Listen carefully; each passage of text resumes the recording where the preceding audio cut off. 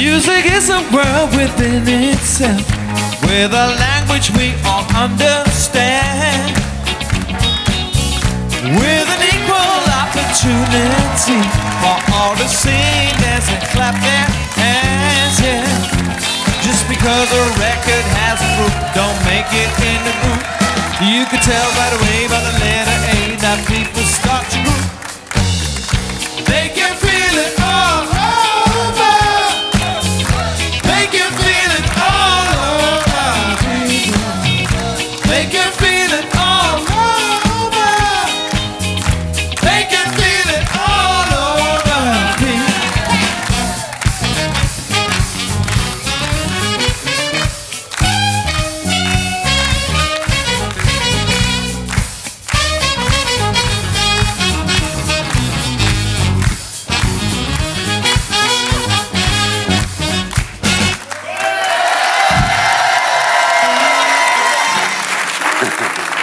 Ça, Lolo? Ouais, j'étais devant BFM TV, là. Alors? Bah, t'as vu le scoop, là, c'est incroyable. Quoi, Nicolas Hulot? Non, il fait froid l'hiver, t'as pas vu? Tiens-toi au courant, il fait froid l'hiver, putain. Il y a de la neige. J'ai regardé toute la nuit BFM, ouais, il fait froid. Ah, ils sont en boucle jour et nuit avec Ah ça. ouais. C'est fou, d'ailleurs. -2, -3, j'ai suivi ça, putain. Ça m'a rappelé le 11 septembre, j'étais... toute la nuit. Et faut pas qu'on se fasse baiser l'année prochaine. Hein. Faut que ça nous serve de leçon, cette histoire. Pardon. C'est le warm-up.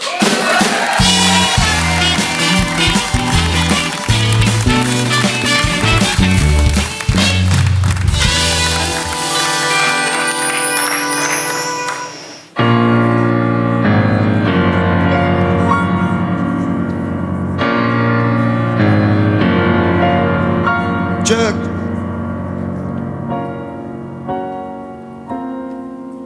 Ok. Ça fait. Je me réveille la tête en bois, je suis pas fier. Encore bourré d'hier.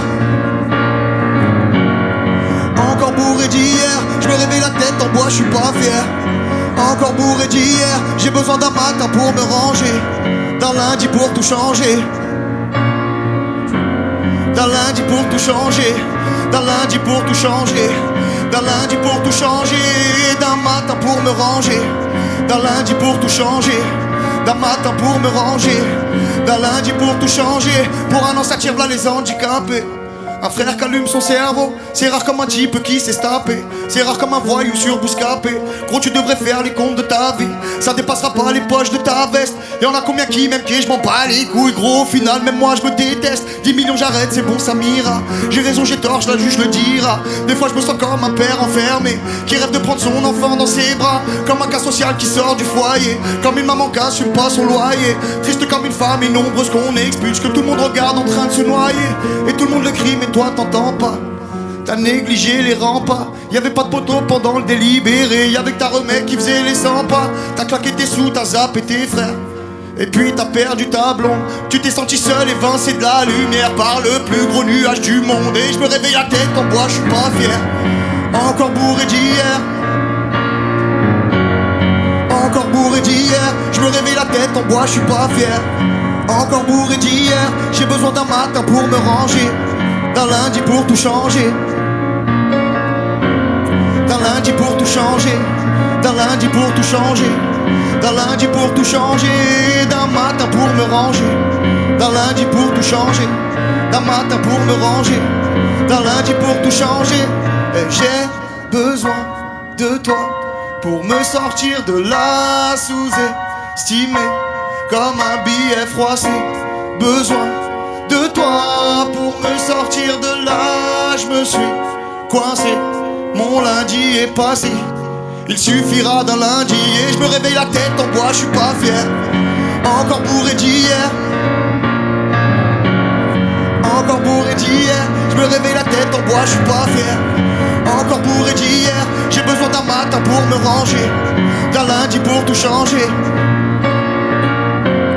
D'un lundi pour tout changer. D'un lundi pour tout changer. D'un lundi pour tout changer. D'un matin pour me ranger. D'un lundi pour tout changer. D'un lundi pour tout changer. d'un matin pour me ranger. Est-ce qu'on a quelqu'un ici?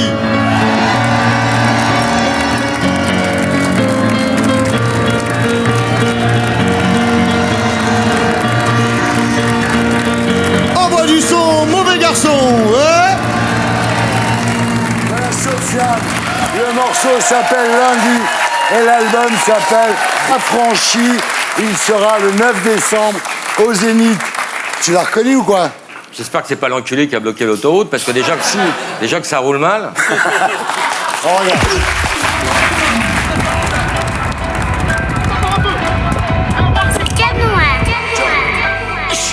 De la lumière à l'ombre, on est en bâton hall. Un équipage sombre, des gants noirs, c'est ma clique. Pareil, c'est Poudlard, mais des lignes, c'est magique. C'est pas moi qui danse, c'est mes jeans qui m'agitent. Je te reconnais traître. Ça va, ça vient, ça repart dans une fois.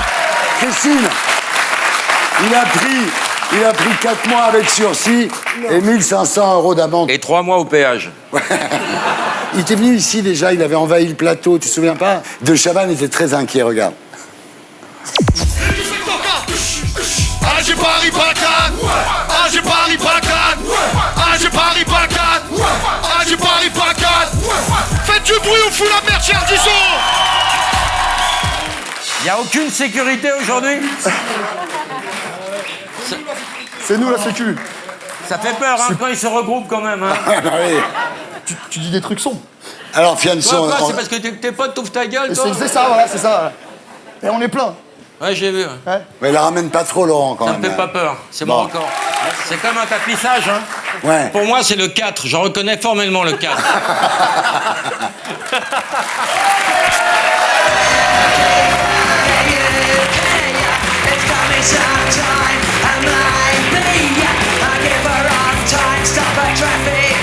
Et les Sex Pistols, c'est pour Paul Taylor. Bonsoir. Alors, Paul, vous êtes anglais, vous êtes humoriste, vous êtes sur la scène de la Nouvelle Ève tous les jeudis, vendredis, samedis à 20h avec votre spectacle qui s'appelle #Franglais. C'est un one-man show, moitié en anglais, moitié en français, où vous racontez votre vie d'anglais à Paris en jouant sur les clichés, sur les différences. La bise, Ouais. ça vous choque? Ouais, ça m'a choqué au début parce que je connaissais pas le système et je connais toujours pas le système. Et de ce que j'ai découvert, les Français connaissent pas le système non plus. On sait pas quel côté du Combien de visage. bises il faut faire, ouais. Bah, ça dépend des régions et Oui, c'est même vrai. vous êtes mal à l'aise. Je vous vois entre vous être un peu mal à l'aise avec ça. Donc c'était un truc que j'avais observé et donc je ris de ça. Mais maintenant que vous êtes dans le showbiz, la bise, il va falloir vous y faire parce que... C'est tout le temps, ouais. C'est tout le monde tout se le temps, fait la bise dans le showbiz, ouais. comme disait Doc Gynéco. Dans un évidemment. premier temps, après on va... Ouais. Si vous deviez faire une bise à Christine, par Ah non, ça exemple, me dégoûte. Ah vous non. en ferez combien? Ah non, Bah, non. merci. Non, non, non. Je crois que ça le dégoûte encore plus, Christine, détends-toi. Dans votre spectacle, vous parlez aussi des faux amis. Par exemple, un dressing. Les Français pensent que c'est un endroit où les Anglais rangent leurs vêtements, alors que pour les Anglais, un dressing, c'est une sauce, quoi. C'est C'est ce qu'on met sur une salade, ouais, c'est ça. Il y en a pas mal d'anglicismes, enfin des faux Ouais. anglicismes. Ouais. Le smoking, par exemple, ça, Ouais. c'est smoking pour nous, c'est quelqu'un qui fume. Tuxedo en anglais. Tuxedo, Ouais, c'est ça. Donc je sais pas pourquoi on n'a pas. Pourquoi on a dit smoking en France, ouais. Je sais pas. Enfin, votre spectacle est là-dessus, donc on regarde à quoi ça ressemble. Welcome to the show. Thank you so much for coming. On est à Nouvelle Ève pour voir Paul Taylor. Ça va parler mi-anglais, mi-français. On est là pour parler franglais. Je vais changer au fur et à mesure du spectacle de langue. Donc si vous n'êtes pas confortable avec ça, well, you can fuck off back out the door if you want. Essaye de le jouer comme as. S'il y a un truc qu'il faut pas taper dans Google, c'est les deux mots ensemble comme as. C'est pas du verlan ça. Toi là, tu vas m'arranger ça de suite, ok? Le mec devant moi, il a fait. Voilà, je passe pour un débile à chaque fois. It's just fun to see how he makes fun of the French, but it's in a really nice and lovely way. Je t'emmerde, I put shit inside of you. C'est pas un mot ça, c'est des bruits, des sons qui sortent. Fameux. Hey, Paul, arrête de chercher midi à 14h, putain. Excuse me, do you by any chance speak English? Bah, yes, of course I speak English. I'm from Madrid. Por supuesto. Guys, thank you so much. You've been fantastic. Thank you, guys.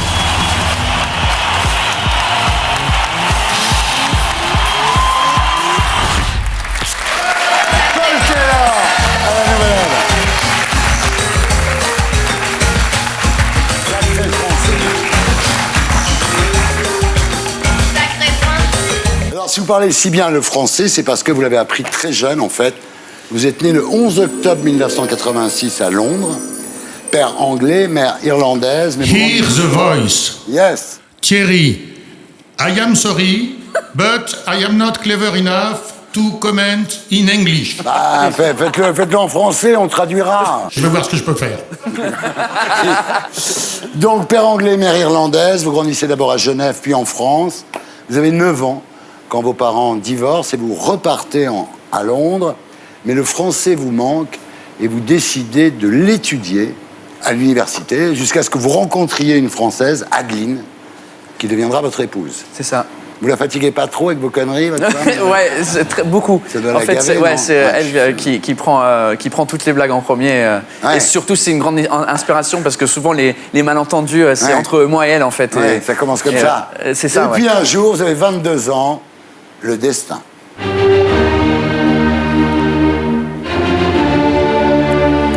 Vous assistez pour la première fois à un spectacle de stand-up à la fac. Et là, c'est la révélation. Vous vous dites, c'est ça. ce que je veux faire, en fait. C'est ça, il y avait un spectacle de stand-up à l'université et en fait il y avait 2-3 personnes qui ça réagissait pas, ça rigolait pas en fait. Ouais. Et moi j'avais du mal à comprendre comment ils étaient payés pour pas faire rire et je me suis dit bah ça doit être pas si compliqué que ça. Donc Ouais, c'est un métier. hein. et après j'ai appris très vite que j'ai fait des scènes ouvertes et ça bidait totalement et j'ai fait ah d'accord c'est plus compliqué que prévu. Là, vous essayez les scènes ouvertes à Londres. Ouais. Ça doit être dur, ça, non, au départ, là? Bah la culture anglaise dans les clubs de comédie, c'est très... on s'assoit et on a le droit de gueuler quand on veut. Ah ouais. Si au bout de 30 secondes, c'est pas marrant, on peut dire « fuck off, get out C'est dommage que ce soit pas pareil en France. Vous avez des mecs qu'on traîne depuis 30 ans qui sont nuls. Par exemple. Non, exemple.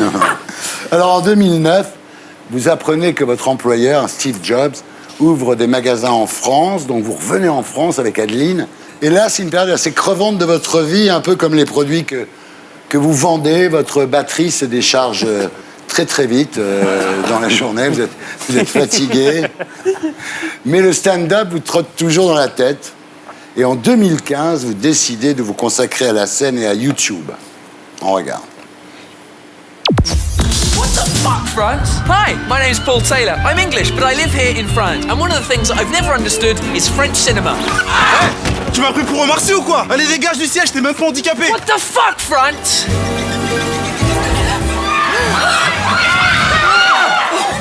I know, you invented the art of cinema, Jean-Pierre Lumière, so I should be respectful.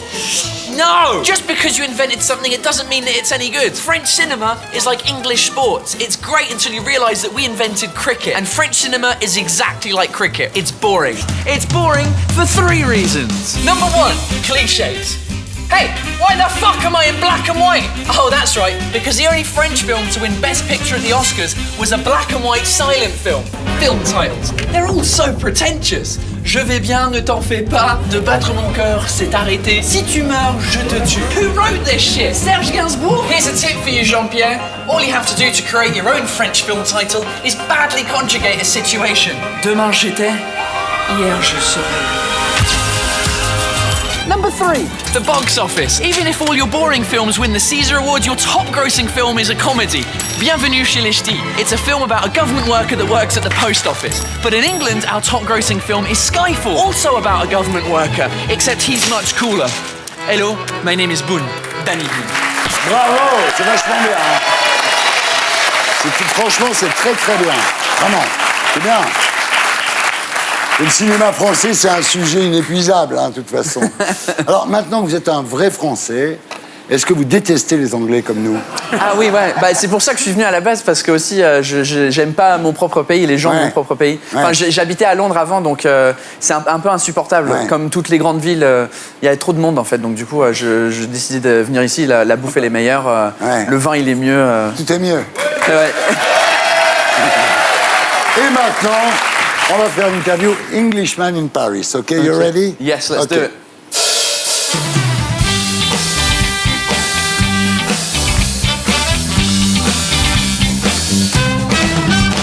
Vous les Français, quand vous faites la fête, Bah, vous faites pas trop la fête chez les gens parce que, comme vous perdez votre temps avec la bise, une fête anglaise, si ça c'était une soirée en Angleterre, moi je peux rentrer et juste faire hello everyone, hello, nice to meet you, collectivement. Mais en France, dans les soirées, c'est bonjour, comment ça va, enchanté, c'est comment ça va, mouah, mouah, on perd une demi-heure, salut, 3 quarts d'heure à faire la bise, mouah, mouah. On n'a pas le temps de faire la fête. Vous, les Français, quand vous faites l'amour... Quand vous faites l'amour, les Français, vous avez des phrases bizarres. Il y a une phrase que j'ai apprise, c'est « viens sur moi ». Ouais. Moi, j'ai traduit ça, comme j'étais en France quand j'étais petit, j'avais pas le vocabulaire du sexe encore, donc j'ai traduit ça littéralement. Comme en anglais, ouais. Come on me, Yeah. retraduit en français, c'est jouis sur moi. Ouais. Alors les Français, quand vous parlez... Bah, vous parlez, vous utilisez des anglicismes qui n'ont aucun sens. Le footing, c'était un autre, on en parlait, toi, le footing, the footing. Ça oui, alors pas. que footing, en fait, c'est vachement porno si on le prend au sens propre du mot. Si on veut, ouais. Hein? C'est footing, ouais, ça peut être... Comment on dit en anglais? Running, non? On dit jogging. Ah, jogging. Mais ouais. jogging en France, c'est le pantalon qu'on met pour aller faire du footing. Donc, la logique, je sais pas. Alors, vous, les Français, quand vous parlez une langue étrangère... Quand vous parlez des langues étrangères? Non. Vous, les Français, quand vous êtes malade? Les Français, quand vous êtes malade, vous aimez bien insérer des choses dans vos culs. Les suppositoires. Attends, Paul, les suppositoires. ne me regarde pas quand tu dis ça, car tu ne connais pas ma vie. Non, mais c'est vrai, les suppositoires. Les suppositoires, nous, les médicaments, c'est la bouche, les thermomètres, ça va dans le cul. Oui, alors que d'habitude, on le met dans la bouche, le thermomètre. En non? Angleterre, c'est en dessous de la bouche. Ah oui, oui. Mon ami m'a dit que c'était pas précis, la température, si on met ça dans la bouche. Ouais. C'était ça l'excuse. Mais vous, les Anglais, les suppositoires, vous les mettez où? Dans la bouche, par accident. Vous, les Français, quand vous êtes jeunes... vous parlez en verlan, les jeunes ils parlent en verlan. Ah oui, oui. Et c'est un concept que je connaissais pas du tout, d'inverser les mots. Et tu comprends maintenant? Plus ou moins. Il y a des phrases quand même qui me perturbent, mais il y a le double verlan aussi. Arabe, beurre, rebeu. Rebeu, ça... voilà. T'as tout compris, remarque. Hein. Ouais. Vous, les Français, quand vous jurez... Quand vous jurez en France, vous aimez bien, encore une fois, les culs et les expressions de merde. Il y a tout ce truc de « ça me fait chier »,« it makes me shit »,« emmerder »,« envoyer chier », se chier dessus, avoir plein le cul, enfin, c'est une obsession. Bravo Paul, bravo Paul Taylor à la nouvelle ère. Voilà, c'était le warm-up. On se retrouve après la pub.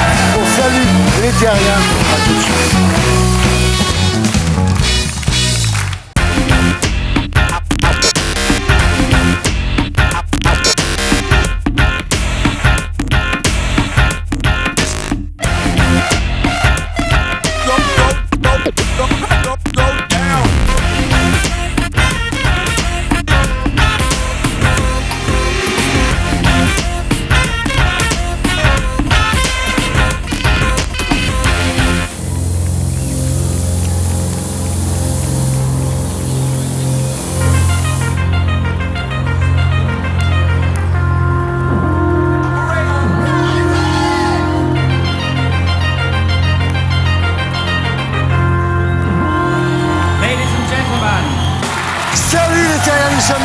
Avec nous ce soir, 5 super terriens.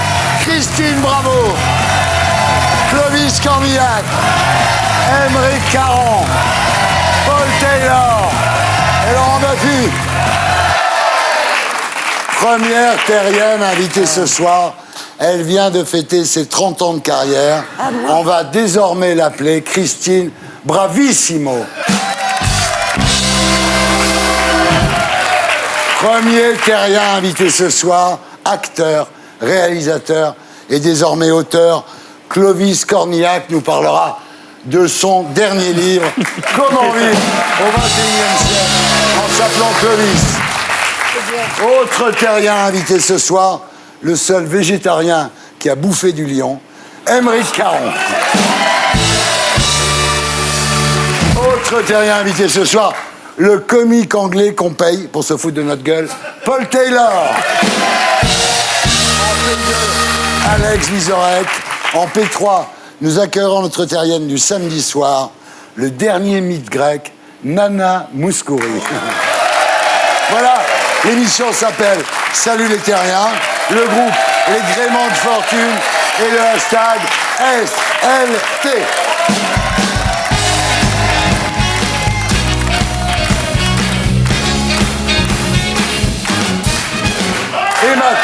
Voici mon CDD, Tom Villa.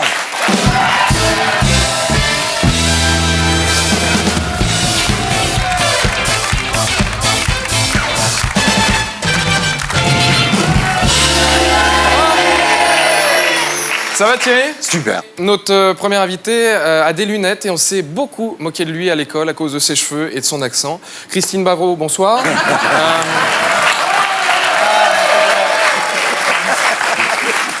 Christine qui a mis ses petites lunettes rouges. L'autre idiot, là. Comme quoi, on dit beaucoup de bien d'Afflelou et la deuxième paire à 1 euro, mais des fois, elles sont pas terribles, hein, quand même. Non, ça, c'était le vide-grenier de Jean-Pierre Coff, ça n'a rien à voir. Bon, en tout cas, Christine, vous venez pour la télé 2 Bravo, diffusée sur C8. Voilà, si ça avait été sur Énergie 12, ça aurait été la télé A Bravo. Et c'est bien, 30 ans de télé, c'est sur C8. Voilà, quand c'est Michel Drucker, c'est sur la chaîne Histoire. Et non, 30 ans de carrière, c'est vrai que quand on a un nom comme le vôtre, Bravo, on était obligé d'avoir du succès. Moi, je m'appelle Villa, je vis en appart, j'ai l'air d'un con. Tu vois, c'est vrai. Tout à l'heure, il y a Nana Mouskouri qui vient. Mouskouri, ça veut dire longévité en grec. Ouais. Non, je déconne, ça veut dire plat gratin, on s'en bat les couilles. Bref, c'est bon.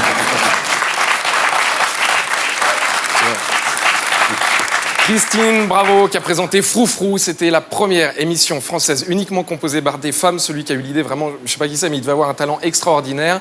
C'est qui ? C'est elle. C'est vrai ? Ouais. C'est pas vous ? Moi, j'ai fait que produire l'émission, c'est elle qui l'a d'accord. inventé, moi. Ah, c'est vous qui produisiez, ça Ah bah c'est oui. malin. Habillé. Non mais c'est très malin. Là on sent le producteur. Parce que bon, vous avez passé pour un féministe, un avant-gardiste, mais surtout, en les payant moitié moins, vous avez économisé beaucoup d'argent. Et ça c'est... Non, et puis c'est vrai qu'à bon, à part Christine, vous avez toutes pris des chemins différents depuis Froufrou. Tina Kiefer, par exemple, a changé de vie pour se consacrer uniquement maintenant à l'humanitaire. Sonia Dubois, elle a perdu du poids, elle est retombée dans l'oubli. Joëlle Goron, elle est en maison de retraite aujourd'hui. Et... Ah non, pardon, elle est sur RTL, autant pour moi, c'est pareil. Non, et finalement, il n'y a que vous qui vous en sortez bien, ça c'est cool.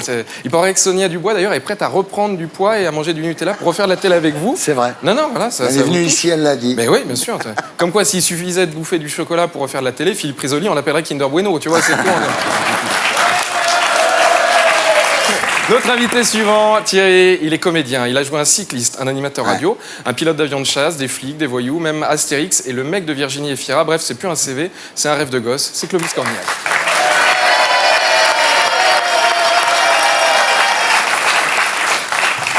Clovis Cornillac qui vient pour Belle et Sébastien 3. Voilà, il a fait toute la promo sans Belle. Pourquoi ? Il s'est fait monter la tête par Brigitte Bardot, du coup elle a pris le melon. Et Belle et Sébastien, ça a cartonné. Les 2 premiers, ils ont fait 5 millions. Et ça a même cartonné à l'international. En Italie, je crois que ça fait 1,5 million. Bon, sauf en Chine, évidemment, où ils n'aiment pas quand on joue avec la nourriture. Mais, alors attention, le film sort le jour de la Saint-Valentin. Voilà, il faut bien préciser, si jamais vous allez le 14 avec votre fan, dites bien que c'est pour Belle et Sébastien, parce que si vous dites, chérie, ce soir, on va voir un film sur une grosse chienne, c'est pas très vendeur. Non mais c'est vrai. En tout cas, Thierry, notre 3e invité, c'est un fervent défenseur de la cause animale, comme Pamela Anderson, mais en beaucoup moins bonne, c'est Émeric Caron.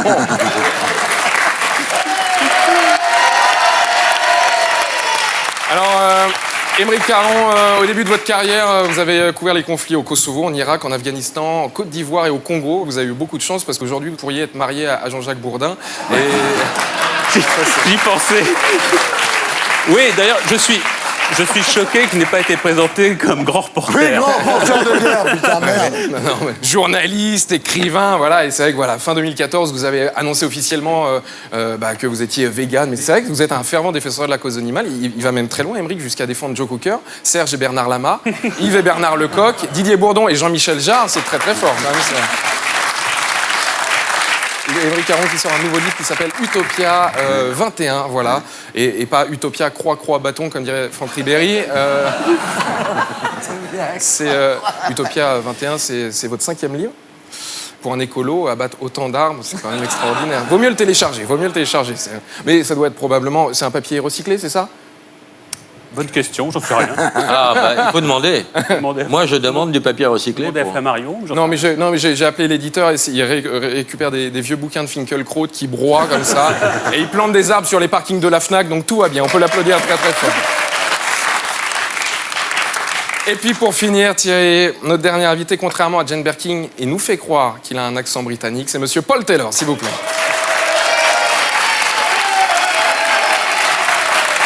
Alors... Paul Taylor, vous l'avez dit, c'est l'anglais qui se moque des Français. Et ça, tu t'es beaucoup foutu de notre gueule dans tes What the fuck France, en te moquant de la France, de notre administration, notre fromage, du vin. Sérieusement, Paul? Tu veux qu'on compare nos pays?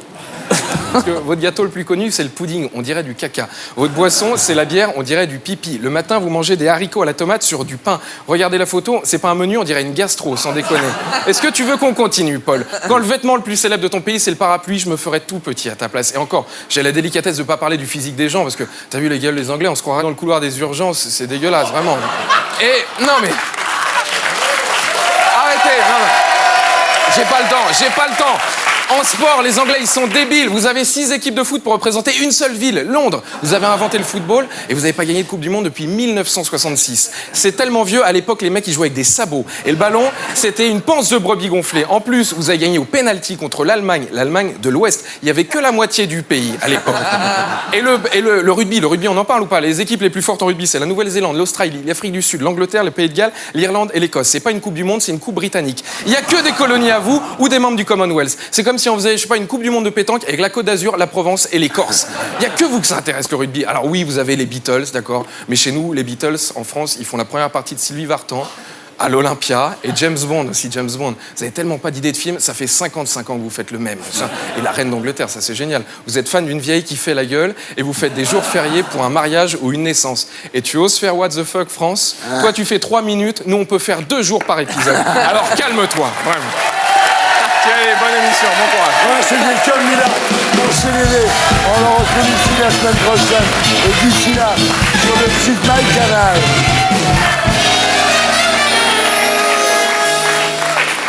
Et on passe maintenant à notre invité polémique de la semaine. Il va y avoir du sport, mais moi je reste tranquille. Il va y avoir du sport, mais moi je reste tranquille. Il va y avoir... Aymeric Caron, bonsoir. Ça va, Aymeric? Ça va très bien. Bien, alors vous avez récemment déclaré: j'ai été l'une des premières personnes publiques en France à revendiquer son végétarisme. À l'époque, dire qu'on était végétarien était aussi compliqué qu'assumer son homosexualité. On s'est beaucoup foutu de moi sur les plateaux de télé. Aujourd'hui, c'est fini. Je sais pas, j'attends de voir ce qui m'attend ce soir. Non, ça a beaucoup changé. Ici la voix. Oui. Oh, l'autre, il est végétarien. Oui. Je vois que ça n'a pas cessé. Disons que les choses ont beaucoup changé depuis 5 ans. C'est vrai qu'à vrai cause de vous, les lapins ont commencé à prendre la confiance. Maintenant, il y a des lapins qui s'attaquent aux humains. Donc, Oui. Tout a changé. Et maintenant, il y a même des chasseurs végétariens. Alors, vous êtes, Aymeric, contre la souffrance animale. En tout cas, c'est très courageux, c'est très désintéressé, parce qu'on n'a jamais vu un porc remercier un végétarien. Non, mais c'est exact. Le gros problème de la défense du vivant, c'est ça. C'est que ceux qui sont les porte-parole de ce combat se battent pas a priori pour eux-mêmes. Enfin, si, on parle toujours des générations futures, mais on se bat d'abord pour des êtres vivants qui peuvent pas le faire, qui peuvent pas s'exprimer. Alors, en parlant de porc, le mouvement Balance ton porc vous a beaucoup choqué, parce que pour vous... Pas le mouvement. Pas le mouvement, mais le mot. Le hashtag. Porc. Le hashtag. Oui, c'est pas cool pour les porcs. Donc vous avez dit, dommage d'avoir choisi un hashtag spéciste. Il aurait été préférable de choisir balance ton harceleur ou balance ton Weinstein. Oui, c'est pas le mouvement lui-même que je remettais en cause. J'avais aucun jugement sur le mouvement. C'était en effet, je voudrais que le combat antispéciste passe aussi par le combat du vocabulaire. Et c'est vrai que le porc est quand même l'un des animaux aujourd'hui qui, à mon avis, souffre le plus dans l'exploitation animale. Le porc, c'est un animal qui est encore plus intelligent que le chien. Voilà, c'est un animal qui est très affectueux, qui ressemble énormément au chien et auquel on fait subir aujourd'hui des traitements absolument atroces. Et donc, ce serait bien déjà qu'on arrête de l'assimiler à un animal dégueulasse, odieux, etc. Mais vous connaissez des porcs qui ont été attristés par le hashtag? Non. Oui. Non, en fait, il aurait mieux fallu employer balance ton dauphin. Pourquoi? Les dauphins sont obsédés par le sexe. Et ils sont des violeurs. Ouais, ils violent les dauphins. Ils violent les dauphins. Ils violent. Et ils font chier les marsouins. Bah oui, ils les tuent. Ils les tuent. Et ils jouent avec. Alors, Aymeric Caron, vous êtes ici ce soir pour nous parler de votre nouveau livre, Utopia 21, publié chez Flammarion, où vous exposez la société dont vous rêvez.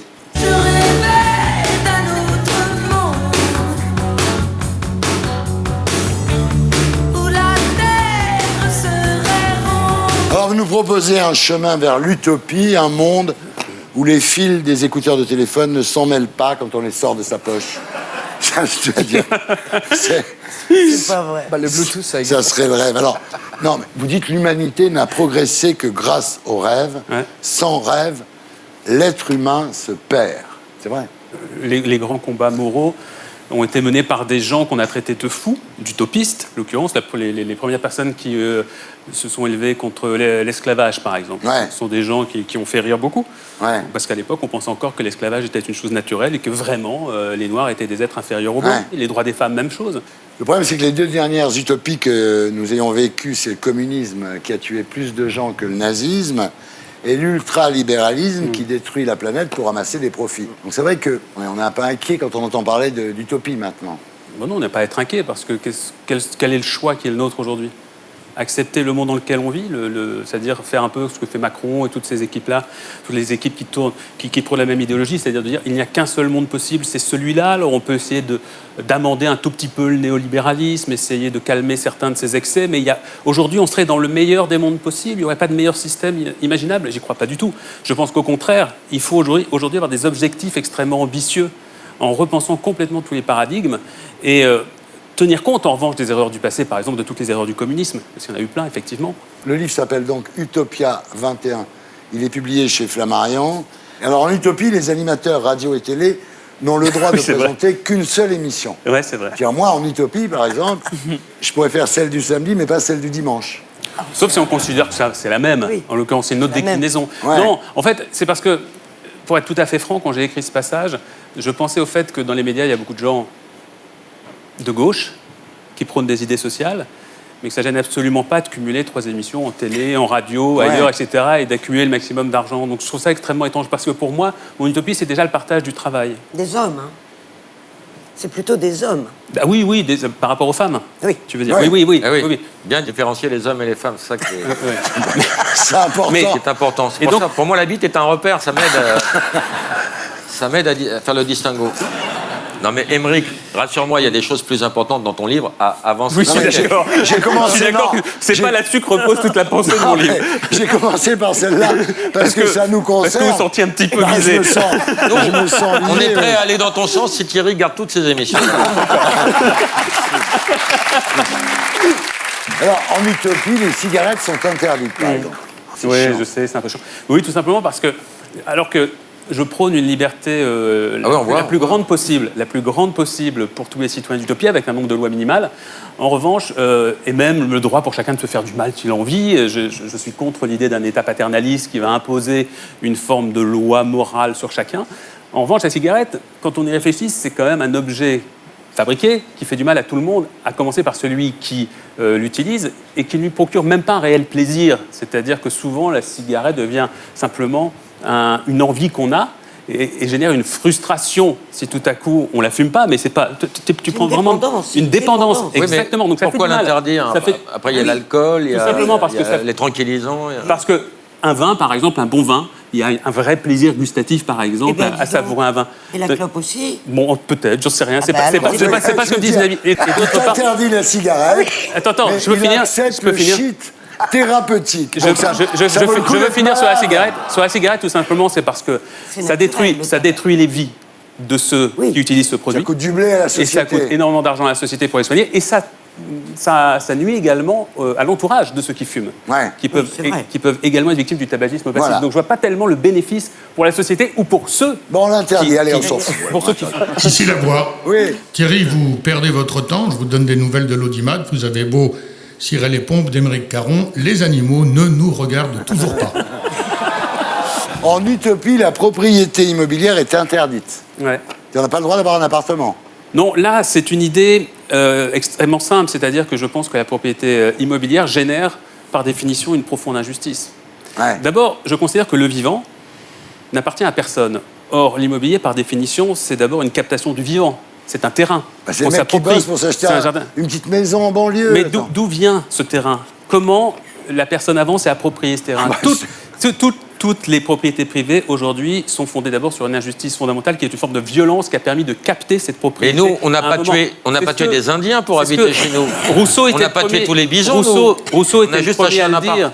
Rousseau était le premier à le dire que l'un de nos plus grands problèmes a commencé le jour où quelqu'un a mis une clôture et a dit c'est chez moi. En utopie, écoute bien Clovis, chacun reçoit 2 000 € par mois en échange de 15 heures de travail par semaine. Moi, je suis d'accord. Hein. D'accord. C'est 2000 simplement pour que l'État vous verse un salaire Voilà. qui vous permet de 15 heures subvenir absolument à tous vos Travaux besoins. d'intérêt général. Oui, c'est-à-dire qu'en gros, on calcule un petit peu toute la masse de travail qui est nécessaire pour faire fonctionner la société Voilà. dans absolument tous les domaines. Et on considère que si on répartit ça de manière équitable entre tous les citoyens en âge de travailler, donc il n'y a plus de chômage du tout, on peut arriver à peu près Et voilà. à 15 heures. En revanche, au-delà de ces 15 heures, chacun est libre de travailler voilà, quand même, tu vois. plus pour gagner plus, avec tout de même une limite. 10 000 € par mois maximum. Et au-delà, on reverse, on redistribue. Ouais. Sachant que ces mesures-là, bien évidemment, dépendent d'autres mesures. Comme on le disait, il n'y a plus de propriété privée, donc tout est moins cher. Ouais. Donc l'idée, c'est que déjà, on est très riche si on Mais a alors, 10 000 un euros chanteur dans qui cette vend société. 1 million d'albums, il va gagner 10 000 € par mois. Ouais. Et un plombier qui a sa petite entreprise, il peut gagner 10 000. Donc tout le monde gagne 10 000. Non, oui, si le plombier cumule, enfin, il Et arrive... le plombier effectivement- aura le droit de chanter ou comment ça va? Oui, tout à fait. Ce que j'essaie d'expliquer par rapport au salaire et au fait que je souhaite en effet, dans ma société idéale, que les salaires soient beaucoup plus équilibrés, c'est que le cantonnier, par exemple, qui fabrique une route, Ouais. est aussi important que le médecin qui va vous recevoir à l'hôpital. Si vous avez tout à coup un gros pépin, vous devez bien aller à cet hôpital. Et donc le médecin, c'est pas normal qu'il gagne 5 ou 6 fois plus que le cantonnier, parce que d'une certaine manière, chacun participe au bon fonctionnement de la société. Or, nous avons décrété qu'il y avait des fonctions plus nobles, qui devaient être plus valorisées que d'autres. On Et moi, l'a je pas pense que décrété. chacun doit Je vais vous dire, on l'a participer. pas décrété, ça s'est fait naturellement en fait. Oui, enfin, Il n'y a pas quelqu'un qui a dit, toi tu vas gagner ça, toi tu vas gagner ça. il y a des mécanismes Peut-être qui qu'il y a sont plus mis de en place. cantonniers que de bons médecins. Moi, j'ai un cantonnier proctologue, il me fait les deux. J'en suis très content. Il y a si c'est une histoire de qualité, parce qu'on peut. Le livre se questionne également sur effectivement la validité d'un salaire. Il y a des métiers aujourd'hui absolument inutiles dans lesquels on peut gagner 7, 8, 9 000 euros. Lesquels? Par exemple, dans les métiers de la finance, qui ne servent strictement à rien pour la société, tandis que des métiers absolument fondamentaux comme infirmier, Oui, mais ça, on est infirmière. d'accord, que les infirmières Non, mais sont on est d'accord, mais personne que les ne fait rien infirmières sont contre. pas assez payées. C'est pas assez. C'est-à-dire on que est quand tous une infirmière d'accord. gagne 1 800 euros Je suis d'accord. pour sauver des vies, c'est ça dont on parle. Pour sauver des vies, ça permet à peine de vivre dans Mais je bien crois que des là-dessus, vous avez situations. rencontré l'assentiment général. parce Mais c'est que ça, tout le monde c'est ça dont est on parle. passé ici. En utopie, le mariage est supprimé. Oui, alors à titre personnel, je pense en effet que le mariage n'est plus tout à fait une institution adaptée à notre époque. Non, ce qui est bien, c'est que vous dites que dans l'avenir, il y aura des mariages à 2, à 3, Oui. à 4. Pas con. Avec des animaux ou pas? Mais non, non, j'ai pas prévu les animaux non humains. Mais en effet, je pense que c'est une construction complètement archaïque, avec un fort socle religieux d'ailleurs, qui fait que on s'est dit un jour, allez, on va se marier, puis on va se promettre fidélité pour la vie. Ça correspond pas tout simplement, je pense, à la réalité des rapports pas humains faux. aujourd'hui. Alors, Ici la voix. Oui. Thierry, une inquiétude ici au Standard. Est-ce qu'en utopie, on sera obligé de lire les bouquins d'Émeric Caron? Je vais y penser. Alors, ce que vous dites, ce qui est quand même plus inquiétant, Émeric, c'est que si les gens ne sont pas d'accord, vous êtes prêt à employer la méthode forte.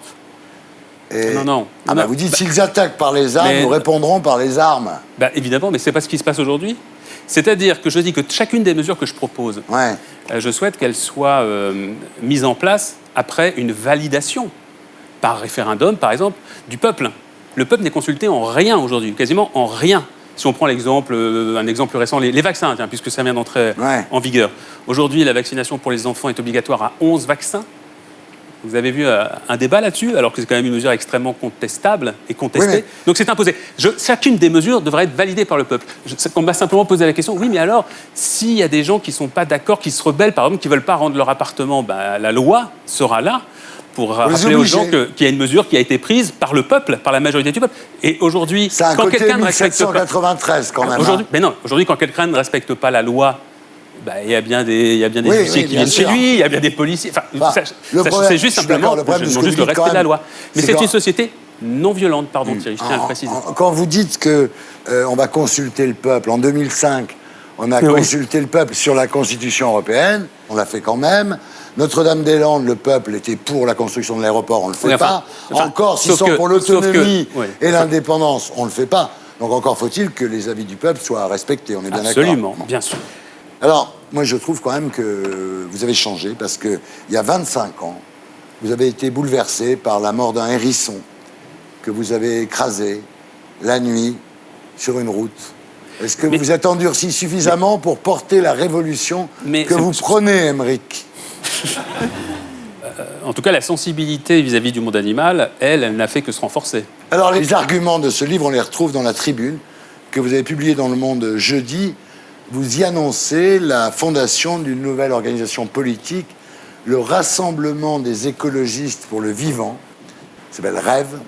Alors, dans le manifeste, suppression de la chasse, de la corrida. Les Français sont opposés, on parlait de démocratie il y a un instant. Ouais. Les Français veulent aujourd'hui qu'on rénove complètement la chasse. Ils sont pour, par exemple, l'interdiction de la chasse le dimanche. Ils sont aujourd'hui, aux 3/4, les Français, pour l'interdiction totale de la corrida, avec mise à mort en tout cas. Ouais. On voit bien que le gouvernement n'écoute absolument pas la majorité des Français, la majorité du peuple sur ces questions-là. Donc bien évidemment qu'aujourd'hui, dans une société, on voit bien que énormément de pays d'Europe avancent sur ces questions du bien-être animal et que nous, on fait du surplace. Et on recule même avec Emmanuel Macron. Il y a la décroissance aussi. Bah oui, mais ça, c'est une nécessité. Mais ça, oui, je vais vous dire, honnêtement, là, on est d'accord. Je pense sincèrement que le libéralisme, le capitalisme est l'ennemi de l'écologie. Ben Donc oui. vouloir réconcilier capitalisme et écologie, c'est une connerie. Parce Ça que n'est pas c'est irréconciliable. possible. Ça ne peut pas fonctionner Voilà, donc comme tout ça. ça, c'est du pipeau, je suis assez d'accord avec Mais vous. vous savez, c'est pas, ces idées-là, c'est pas celles d'un dangereux gauchiste.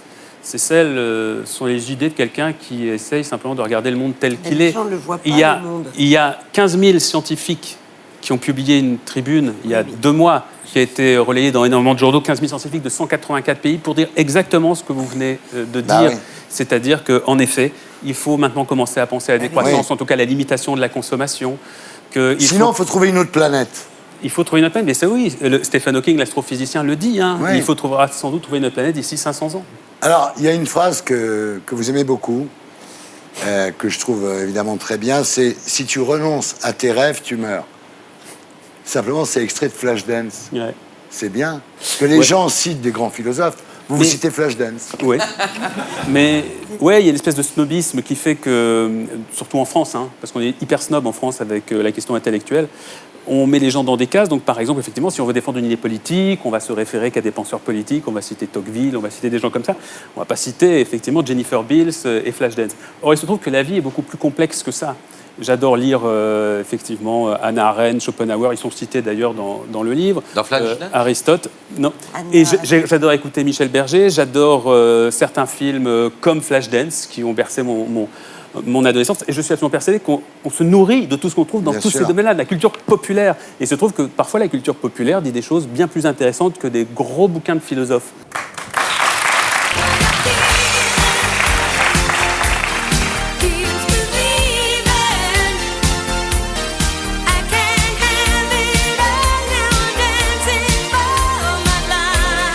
Alors, Émeric Caron, je crois que cette interview va vous rendre extrêmement sympathique auprès des téléspectateurs.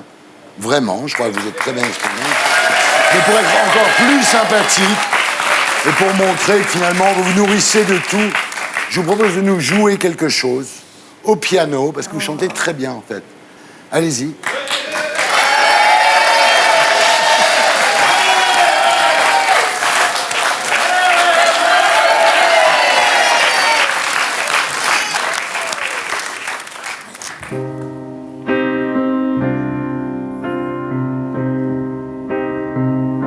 Pourquoi les gens qui s'aiment sont-ils toujours un peu les mêmes? Ils ont quand ils s'en viennent le même regard, d'un seul désir pour deux. Ce sont des gens heureux. Pourquoi les gens qui s'aiment sont-ils toujours un peu rebelles? Ils ont leurs problèmes, mais y a rien à dire, y a rien à faire pour eux. Ce sont des gens qui s'aiment. Et moi je te connais à peine, mais ce serait une veine qu'on s'en aille un peu comme eux. On pourrait se faire sans que ça gêne, de la place pour deux. Mais si ça vaut pas la peine que j'y revienne, faut me le dire au fond des yeux. Quel que soit le temps que ça prenne, quel que soit l'enjeu. je veux être un homme heureux. Bravo!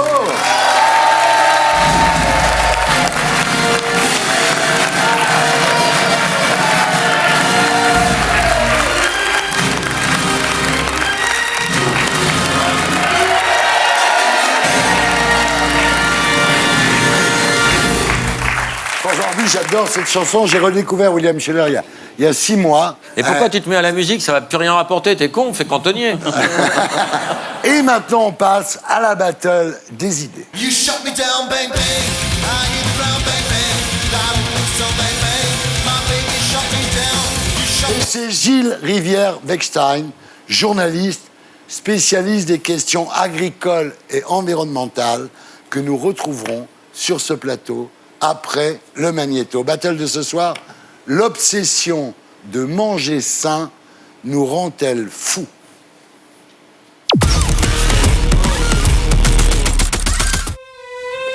En France, on est devenu complètement parano avec la bouffe. En 2013, c'était le cheval roumain dans les lasagnes. L'an dernier, les œufs contaminés au fipronil. Et voilà que cette année, ce sont des salmonelles dans le lait pour bébé. Résultat, 8 Français sur 10 pensent que leurs aliments quotidiens représentent un risque pour leur santé. En France, on soupçonne volontiers les agriculteurs de nous empoisonner avec leurs pesticides, tandis que les industriels nous intoxiquent avec leurs colorants et leurs conservateurs. Résultat, 9 Français sur 10 sont convaincus que les produits bio sont meilleurs pour la santé. La bio est dans ma nature. Et pourtant, ce n'est pas si simple. D'abord, il faut rappeler qu'aucune étude scientifique n'a jamais vraiment prouvé que les produits bio étaient meilleurs pour la santé. Ensuite, on oublie souvent que le bio peut s'avérer toxique. Souvenez-vous qu'en 2011, 47 personnes sont mortes empoisonnées par des graines germées cultivées dans une ferme biologique en Allemagne. En réalité, le bio est devenu un argument marketing. Ah, mais j'achète aussi du jus de pruneau bio et du jus d'orange bio. Leclerc. Pour rester en bonne santé, faut passer à la caisse. Selon l'UFC Que Choisir, les grandes surfaces vendent les fruits et légumes 80% plus cher quand c'est du bio. Pas étonnant que le nouveau patron de Carrefour adore le bio. Plus de bio pour tout le monde. Carrefour, j'optimisme. Alexandre Bompard a prévu de multiplier par 4 son chiffre d'affaires dans le bio d'ici 2022. Vous croyez vraiment que c'est parce qu'il se soucie de la santé de ses clients? En réalité, la grande distribution s'adapte aux nouvelles tendances. La preuve, Carrefour propose désormais une gamme de plats véganes qui ont été validés par l'association L214. Vous savez, ceux qui filment les abattoirs pour nous dégoûter de la viande. À force de nous culpabiliser, L214 a marqué des points. Si ça continue, ce sera bientôt tellement mal vu de manger de la viande que les grandes surfaces n'oseront plus en proposer dans leurs rayons. C'était l'édito de Blacko, mise en image de Julien Grappe. Gilles Rivière-Wechstein, bonsoir. Vous êtes journaliste, spécialiste des questions agricoles et alimentaires. Et votre dernier livre, Panique dans l'assiette, ils se nourrissent de nos peurs, est paru en 2017 aux éditions du Publieur. Bienvenue parmi nous, Gilles. Selon un sondage Ipsos, les Français sont de plus en plus inquiets de la qualité de leurs produits alimentaires. 70% disent consommer davantage de produits bons pour la santé et ils sont 27% en France à manger bio. Mais est-ce que l'on ne tombe pas finalement dans la parano, voire la psychose? L'obsession de manger sain nous rend-elle fous? Alors Gilles, vous dites depuis quelques années, des nouvelles peurs alimentaires sont apparues, les conservateurs, les colorants, les OGM, et les médias amplifient la croyance. Finalement, selon eux, manger serait devenu une activité à risque. C'est ça que vous dites? Je dis qu'il y a vraiment une fabrique de la peur qui s'est installée en France et qui surfe sur les peurs alimentaires. Alors, ce qu'il faut bien savoir, c'est que les peurs alimentaires ont toujours existé, bien sûr. Mais avant, ce qu'on avait, c'est surtout peur de ne rien avoir dans son assiette. Oui. Et puis, on avait aussi peur des intoxications, ce qui est normal. D'ailleurs, on voit, c'est pas tout à fait éliminé. C'était les deux principales peurs qui étaient légitimes.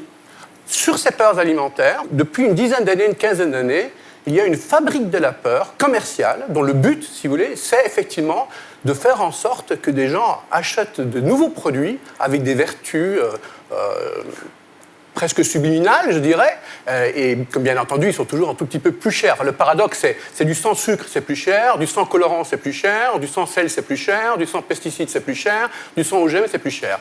Et donc vous avez toujours, si vous voulez, une tendance aujourd'hui qui se développe dans la grande distribution, pas simplement de surfer sur ces peurs alimentaires, mais de les alimenter. Ouais. Et c'est ça que j'appelle la fabrique de la peur. Oui, alors, 8 Français sur 10 aujourd'hui sont inquiets des effets de l'alimentation sur leur santé. Et cette obsession de manger sain tourne à la pathologie. Et ça a un nom, en fait. Ça s'appelle l'orthorexie. Comme il y a l'anorexie, il y a l'orthorexie. Mais c'est un TOC, en fait. Ça devient un TOC.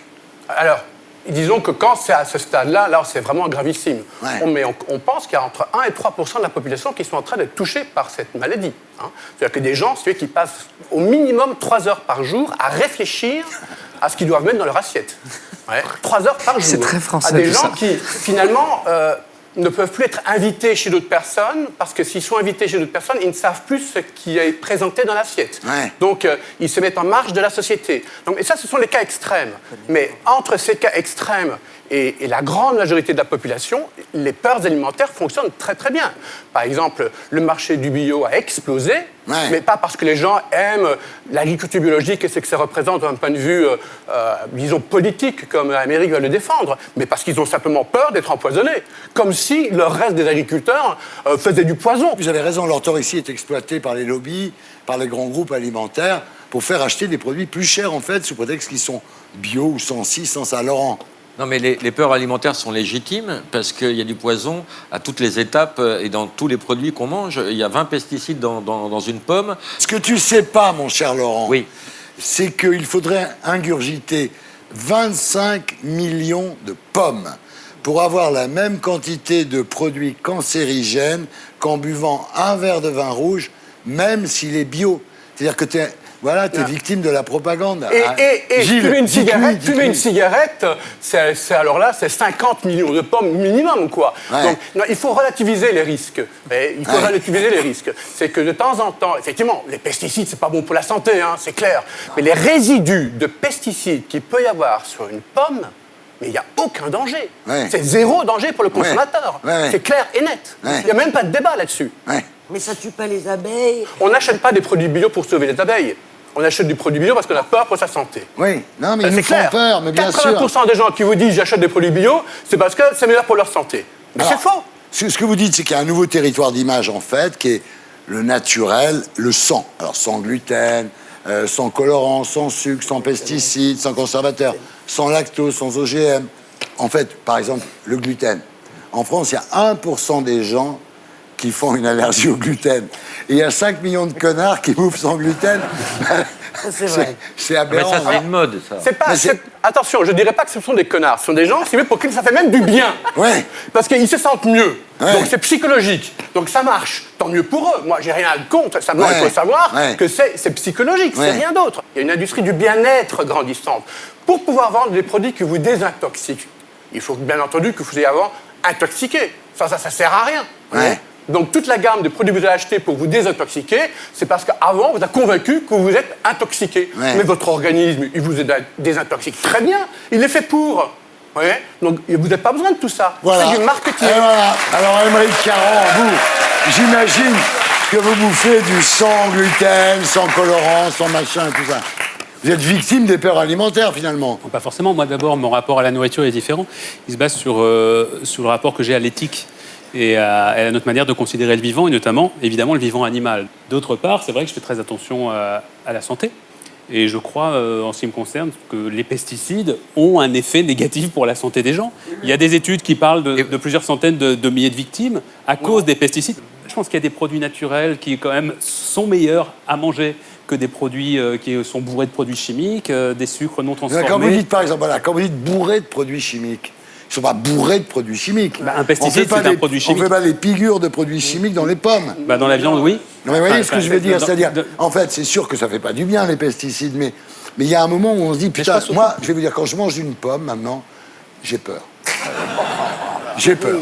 Je me dis, est-ce que j'enlève la peau? Ève a eu la même réaction. Non, mais victimes de la fabrique de la peur. Bien sûr. Voilà. C'est vrai qu'on a toujours eu un rapport à la nourriture particulier lié effectivement à la crainte de ce qu'on ingurgite, parce que cet acte-là est très particulier, de mettre quelque chose dans son Bien corps. sûr. Donc on a dans l'histoire, c'est toujours été comme ça. Mais il y a quand même un phénomène particulier depuis la Seconde Guerre mondiale, c'est l'industrie agroalimentaire qui a quand même changé considérablement notre rapport à la nourriture. Et on a très très peu de recul sur bon nombre de pratiques actuelles. Donc je veux bien qu'on dise il n'y a aucun risque, il n'y a aucun risque. Le fait est que sur beaucoup de sujets, on n'en sait rien. Et sur les OGM, on a plus, par exemple, je peux prendre l'exemple des OGM, on a quand même de sérieuses raisons d'avoir peur quand on voit un certain nombre d'études qui existent. Christine ? Je trouve que si on parle d'éthique, je ne mange pas de produits où il y a de l'huile de palme parce que j'ai vu qu'il n'y avait plus d'orang-outan à cause de l'huile de palme. Donc ça, c'est éthique. Pour le reste, je bouffe tout ce que j'ai envie de bouffer sans peur. Ben voilà. Mais le bio, je trouve qu'une tomate que j'achète chez un producteur bio, elle a plus de goût qu'une tomate flotteuse qui vient d'Espagne. De je sais pas où, probablement. Et qui est bourrée de pesticides. Alors, si je peux me permettre, il n'y a pas deux tomates différentes, la bio et la non bio. Il y a une multitude de variétés de tomates différentes. Certaines sont plus goûteuses, plus sucrées, plus salées, plus fermes, moins fermes. Certaines, vous les utilisez pour faire de la bolognaise. Là, vous êtes en train de faire l'apologie du bio, parce que des tas d'espèces différentes de tomates, ça n'existe plus du tout dans l'industrie agroalimentaire. Ce que tu ne sais pas, Émeric, peut-être, c'est que les tomates bio sont élevées hors sol. C'est-à-dire que c'est des plants de tomates qui ont juste la pointe de la tomate qui baignent dans un bain biologique. Et qu'en fait, il n'y a plus de terre. Je dis simplement que quand on dit il y a des tas d'espèces de tomates aujourd'hui, l'industrie agroalimentaire provoque une réduction de toutes les espèces végétales possibles avec des modèles uniques. C'est faux. Si vous allez dans les magasins, vous voyez bien que la variété de tomates actuelles non bio, elle est plus grande. D'ailleurs, c'est la même chose dans le blé. Pour vous donner un petit exemple, dans le blé bio, c'est une variété de blé, c'est le Renan. Il y a une variété de blé. Parce que c'est la plus résistante. Donc, c'est pas du tout vrai. Vous jouez très bien au piano, mais pour l'agriculture, il faudrait un petit peu quelques cours ici. Alors, attends, Laurent, attendez, Laurent. Les Français ont des potagers. Moi, mes tomates, elles sont sur ma terrasse. Je veux dire, elles sont bio. Non, elles ne sont pas bio parce qu'avec l'air de Paris, à mon avis, elles sont élevées au gaz carbonique, les tomates. Détrompez-vous, on a le meilleur miel. Le miel de Paris. Sur les toits de Paris. Laurent, toi, t'es niqué par la peur alimentaire. J'ai bien conscience que le bio, ce soit une machine à fric et que les grandes enseignes se goinfrent là-dessus, mais je n'ai absolument pas confiance et je sais que chaque produit est porteur d'une dose extrêmement toxique pour l'organisme. Alors, est-ce que le véganisme est une orthorexie? Est-ce que c'est pas une maladie mentale, le véganisme? C'est-à-dire, dites-le-moi si je dois appeler une ambulance.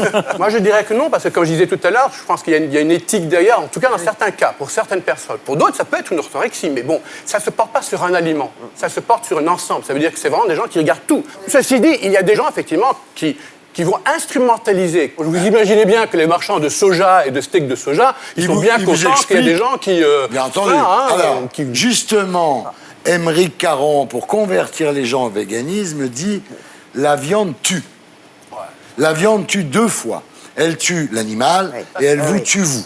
Donc, est-ce que là, on n'est pas dans la création d'une peur alimentaire pour imposer une idéologie véganiste? Absolument. Là, je suis tout à fait d'accord. Caron. À partir du moment où on dit... Caron. Est-ce que tu n'es pas en train d'imposer... Quel coup bas, je ne m'y attendais pas. Vous faites référence à des études extrêmement sérieuses, pour le coup, qui ont simplement montré et prouvé que l'excès de viande rouge notamment, favorisait les maladies cardiovasculaires, un certain nombre de cancers, ce genre de choses. Fin 2017, des chercheurs de l'université de Bristol, en Angleterre, ont vérifié qu'il y avait un risque de dépression, de déprime, 2 fois plus élevé chez les végétariens. Ils le prouvent, hein. À cause de carences en vitamines et en minéraux. Voilà. Donc moi, je veux bien bouffer vegan, mais si je devais devenir encore plus triste, ça va être terrible. C'est peut-être pour ça ça développe une certaine vision du monde un peu pessimiste aussi, peut-être. Et après, les gens, ils chantent du William Scheller. Ça, c'est l'escalade. Je pense que ma vision, elle est plutôt... Alors, le problème des études, même si moi, j'appuie mes travaux toujours sur des études, c'est qu'il faut quand même bien puiser ses sources, parce que regardez, en tout cas, comment elles ont été faites, parce qu'il y en a quand même beaucoup qui disent absolument n'importe quoi. Ici la voix. Oui. Vous racontez n'importe quoi. Je viens de manger une pomme et je n'ai aucune...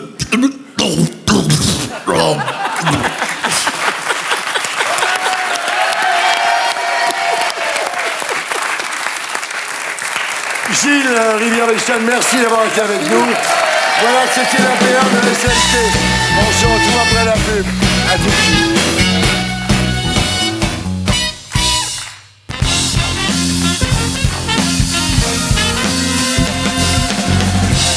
Rebonsoir les terriens du samedi. Nous sommes de retour sur Terre, toujours en compagnie de Christine Bravo, de Clovis Cornillac, d'Émeric Caron, de Paul Taylor et de Laurent Baffy. Et maintenant, c'est l'heure des infos de Viso. Ah.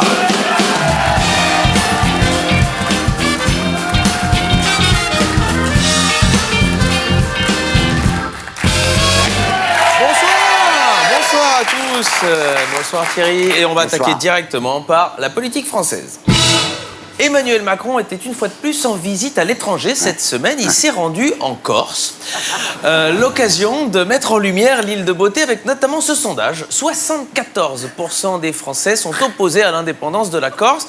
Et on va le voir sur ce graphique. Donc seulement 26% des Français ont répondu qu'ils étaient favorables à l'indépendance. Car c'est la question que leur a posée le sondeur de BFM TV. On voit que les chiffres évoluent. Si c'est un indépendantiste corse qui pose la question, hein, là c'est toujours 26% pour, seulement 52% de contre et 22% préfèrent ne pas se prononcer dans ce cas-là. C'est normal. Et c'est encore plus flagrant quand c'est un indépendantiste corse cagoulé qui vous pose la question. 100%.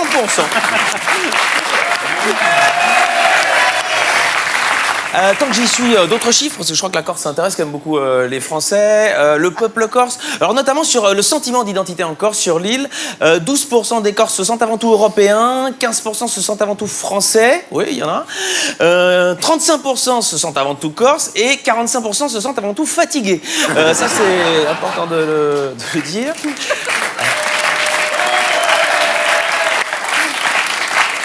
Dernier chiffre, pour contredire quand même tous ces clichés, l'espérance de vie en Corse est une des plus hautes en Europe. Elle est même plus haute qu'en métropole. L'espérance de vie pour un homme en Corse, c'est à peu près 79 ans. Pour une femme en Corse, c'est 84 ans. En revanche, pour une paillote en Corse, c'est vraiment moins de 10 ans. Et mon espérance de vie, si je prends des vacances en Corse après cette chronique, eh bien voilà, c'est presque zéro.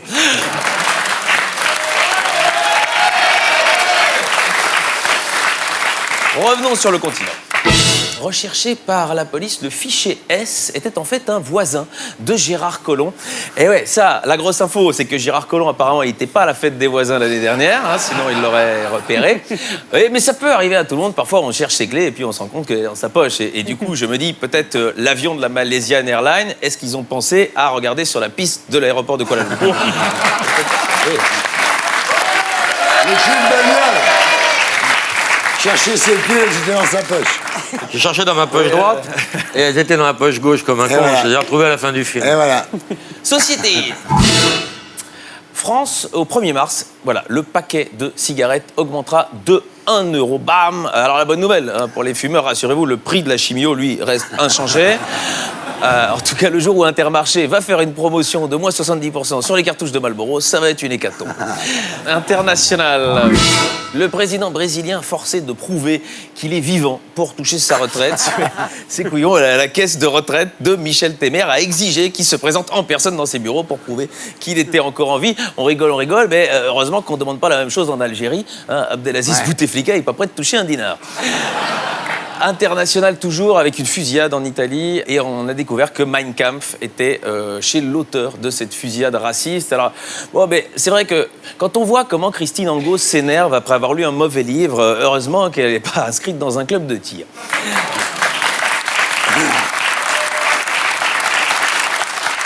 Suite à l'affaire Tariq Ramadan, des témoignages d'anciennes élèves en Suisse ressurgissent et il aurait notamment eu des relations avec des étudiantes âgées de 15 ans. Et en même temps, un mec qui s'appelle Ramadan, on ne peut pas lui reprocher de se taper le jeune.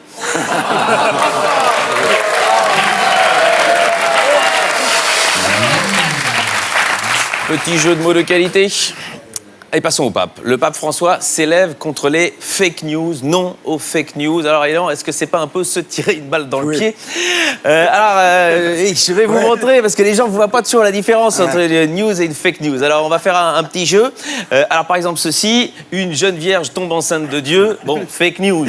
En revanche, ivre, virgule, une jeune vierge tombe enceinte de Dieu. Ah, ça peut vraiment être une info. Alors, on continue le petit jeu. De l'eau transformée en vin. Ah, fake news.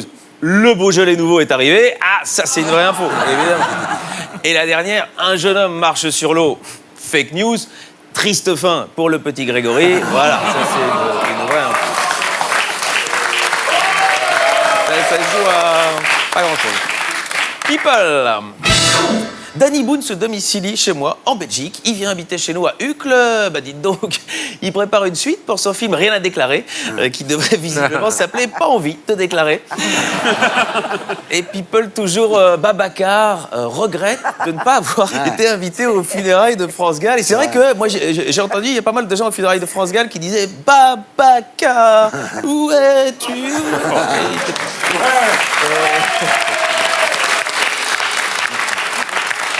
Je signale pour Christine que tout est vrai, je les invente pas. Non, parce que c'est important de le dire. Sport, les JO de Pyeongchang. Alors, 1200 agents de sécurité terrassés par une épidémie de gastro-entérite sont contraints d'abandonner leur poste. Alors voilà, on sait déjà qui va décrocher le bronze.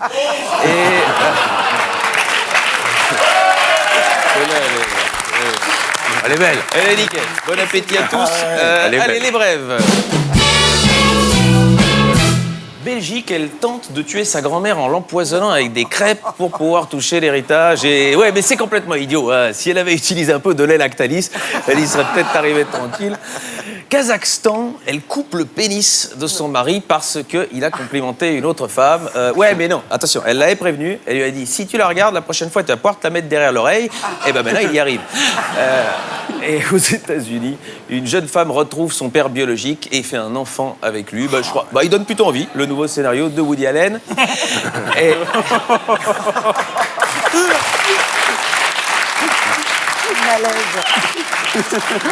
Allez, c'est la culture.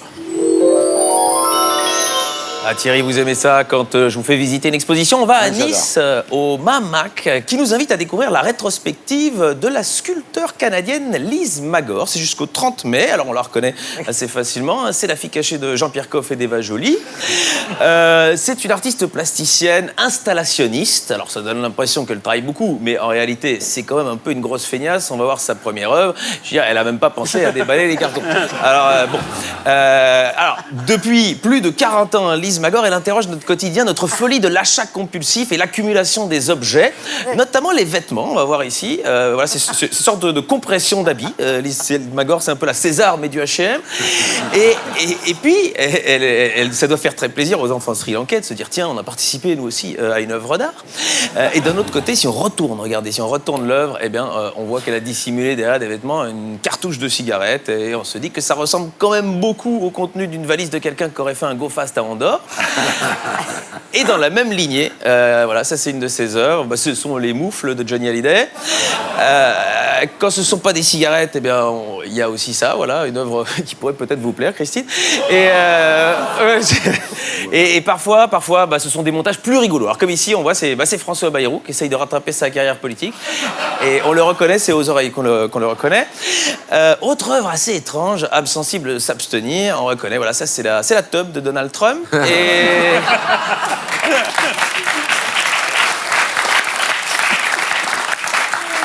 Et parfois, elle utilise de la nourriture, ça c'est assez marrant. En fait, ici, elle a créé la première tranche de jambon reliée avec une sortie USB. Et donc, on peut vraiment ici parler de port USB. Et ouais, les amateurs de jeux de mots. Et elle a été plus loin en créant la chaise jambon.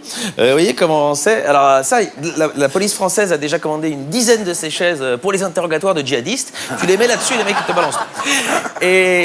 Et pour conclure, la dernière installation qui résume un peu tout, c'est une pile d'assiettes avec de la bouffe, des clopes, de l'alcool, des médicaments. Il y a même un rat mort.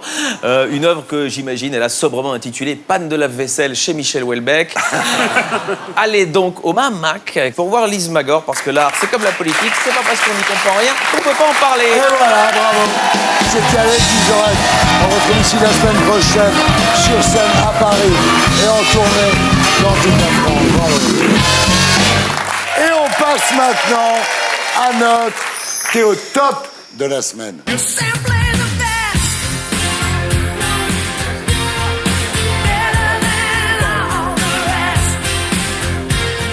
Clovis Cornillac, rebonsoir. Bonsoir, bonsoir. Alors Clovis, 60 films en 35 ans. Vous savez qu'il n'y a que dans le porno où on peut tenir ce rythme-là. Je crois que les gars qui font du porno arrivent à faire plusieurs pornos dans une semaine. Oui. Donc, vous, c'est à mon 60 avis, films en 35 60 films, ans. c'est une courte carrière pour un gars du porno. T'as pas le temps de faire ton trou en 60. Alors, faut dire quand même que Clovis, c'est pas un branleur. Voilà. Vous dites travailler, ça veut dire se lever le matin et aller bosser. Voilà. C'est une phrase qui ramène à la réalité, quoi.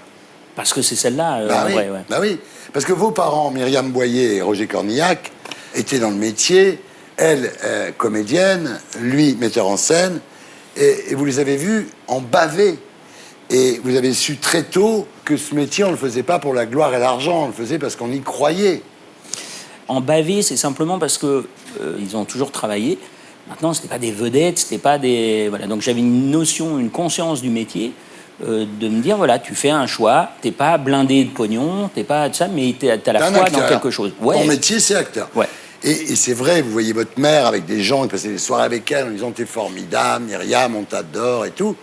Sauf qu'ils la faisaient pas bosser, quoi. Donc ça. Oui, c'est-à-dire qu'à un moment, quand tout le monde te dit que quelqu'un est formidable, alors il s'avère que c'est ta mère, mais que formidable, c'est génial et tout, et puis tu fais, mais pourquoi alors, pourquoi vous la prenez pas dans ce film-là, dans ce film-là? Alors elle a jamais manqué de travail parce que c'est une sublime actrice.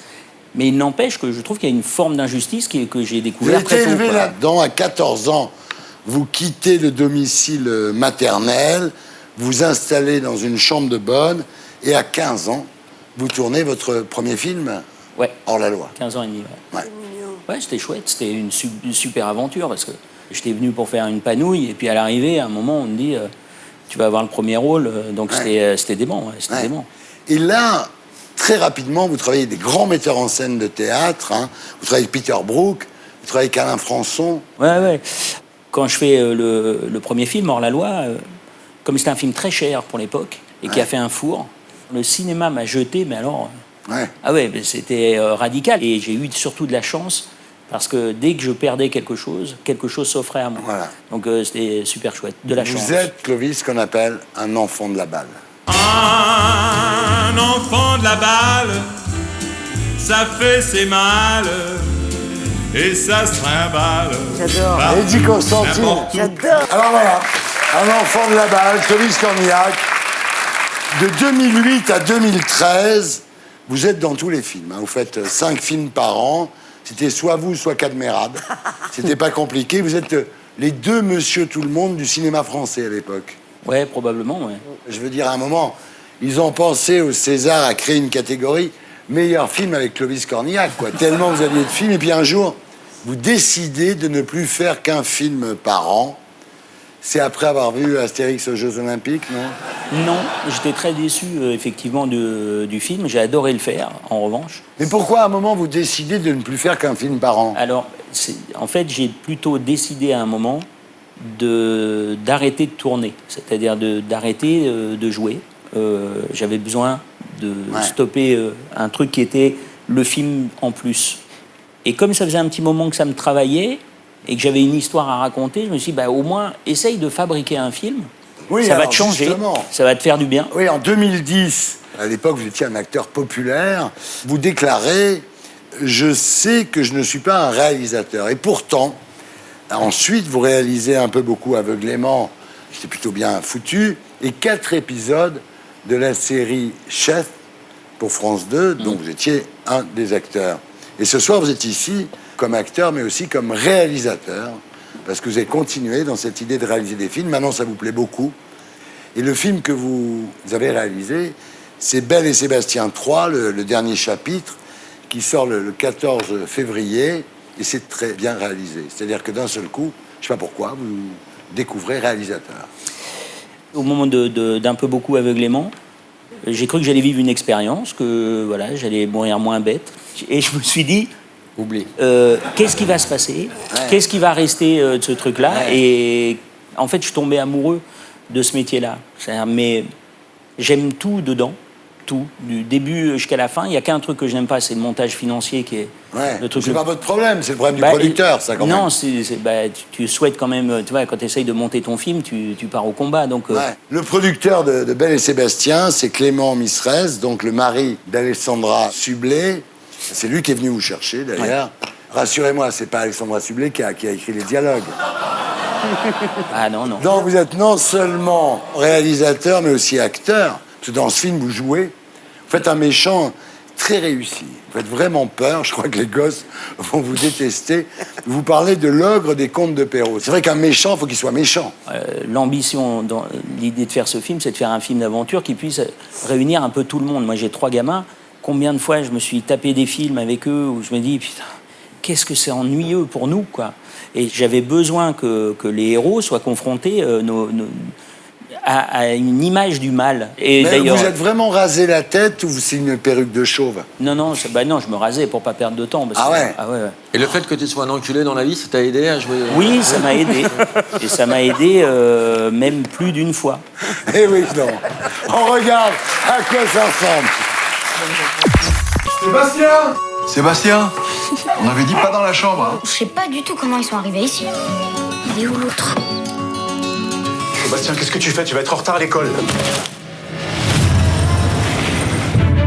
Le chalet de César, tu connais? Je peux vous emmener si vous voulez. Vous avez déjà regardé Joseph dans les yeux? Dans son regard, il n'y a que le vide et la mort.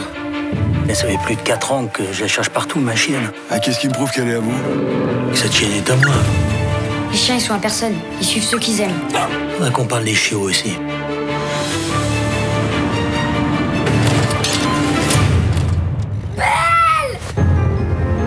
C'est de ma faute. Je suis trop vieux. Non, c'est moi qui suis trop petit. On va pas se laisser faire. On va aller les chercher. On va se cacher aux Moulines. Ils penseront jamais à nous chercher là-bas. Allez, encore un effort, Belle! Si ma chienne a disparu, je te jure que vous allez finir dans le ravin.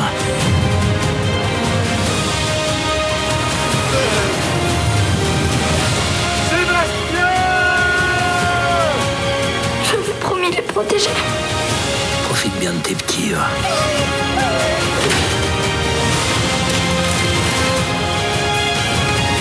Il va la tuer. Elle est pas à vous, Belle. Ce sera jamais à vous. Pareil. Voilà Belle et Sébastien en salle le 14 février.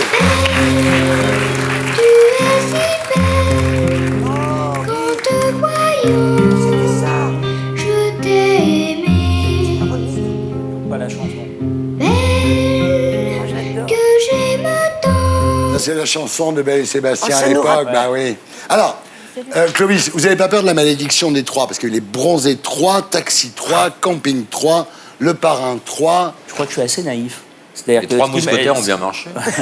Mais il a joué dans Brise 3, qui était moyen, quand même. Mais à la lecture du scénario, ça m'a éclaté. Ouais. Quand j'ai vu du Jack London et tout ça. Oui, tout à fait. Et j'ai pas pensé à un 3, un 4, un 12. En vrai, c'est mon film, donc même si malheureusement il y a une malédiction sur les 3, franchement, je l'assume complètement. C'est très bien réalisé, bravo. C'est très gentil, franchement, merci. c'est vrai. Alors, une dernière question. Émeric Caron aimerait savoir si le chien a touché le même salaire que vous dans le film. Je pense qu'ils sont pas mal payés. Ah ouais? Ouais, mais je peux pas, j'ai pas eu. Ah bah oui, parce qu'un kleps avec des billets. Oui, c'est pour ça.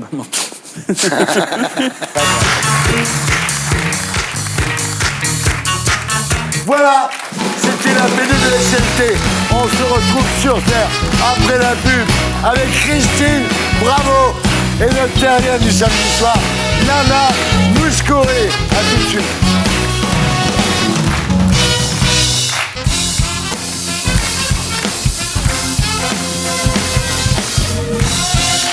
Bonsoir, les terriens du samedi.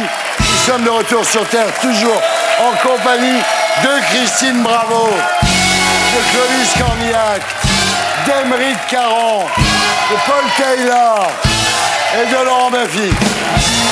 Et maintenant, mesdames, messieurs, on passe à notre T'étais où de la semaine?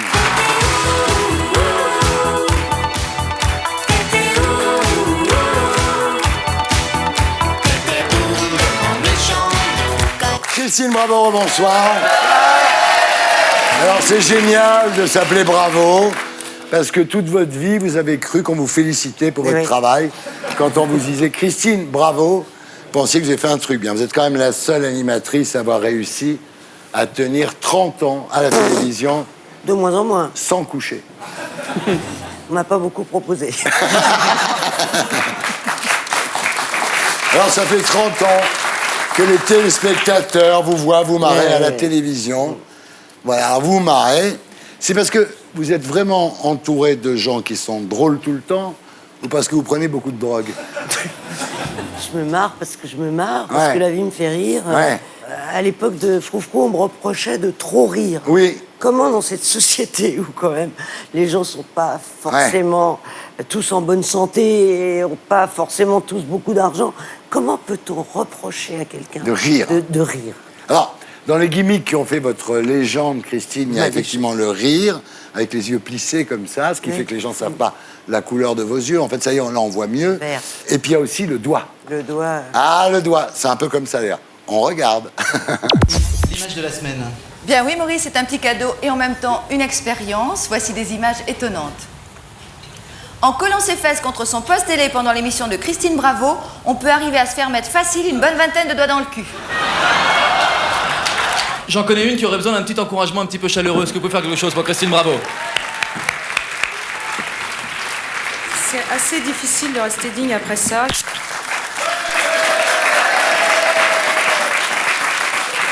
Alors le problème, Christine, c'est que ces derniers mois, on n'avait plus de nouvelles de vous. Non, ça, c'était pas un problème. La semaine dernière, Paris Match posait la question qui est sur toutes les lèvres. Que devient Christine Bravo? Réponse, vous avez quitté les grosses têtes en novembre 2016 pour aller faire un tour du monde. 5 mois de tour du monde. Et vous avez publié les photos sur Instagram. Alors on voit la Thaïlande, là. La Malaisie. L'Australie. Les Philippines. Et puis la fin du tour du monde, quoi.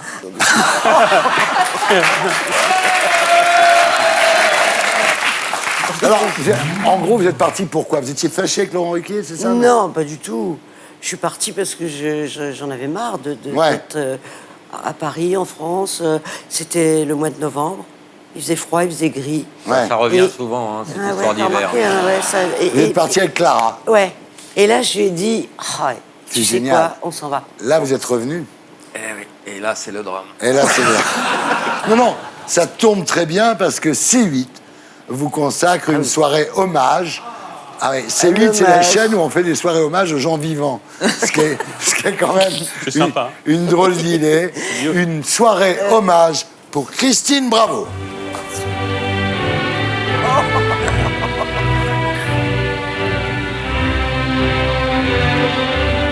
Ça s'appelle la télé de Bravo. C'est le vendredi 16 février à 21h. Le pitch, c'est 30 ans de carrière, les moments les plus cultes de Froufrou aux grosses têtes, en passant par Union Libre. C'est incroyable. Ah, c'est incroyable quand on regarde ça. Hein. C'est mon ami Philippe Tullier qui a décidé. Ouais. Non, mais c'est lui qui a proposé cette idée. Et au fond, quand je me suis revue, je me suis dit quand même, je suis bien, quoi. Ouais. Enfin, vous vous êtes trouvé plutôt, je me suis plutôt trouvée belle. magnifique. Hein. Et puis surtout, les émissions étaient drôles. Ah ouais. Alors, il y a donc la télé de Bravo à 21h pendant 2 heures et à 23h, il y a la rediff du Froufrou Pierre Arditi, qui était quand même le 25 décembre 93, c'est pas d'hier, mais qui était quand même culte, quoi. J'ai revu donc des extraits et je me dis, mais quelle liberté on avait. Ouais. Mais quelle liberté. Les gens me disent, pourquoi vous le refaites pas? Mais on pourrait plus.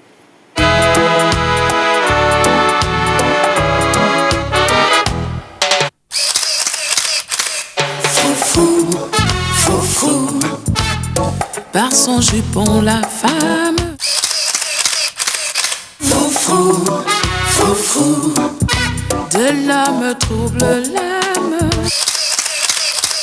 Froufrou, froufrou, certainement la femme séduit surtout par son gentil froufrou. Voilà, Froufrou.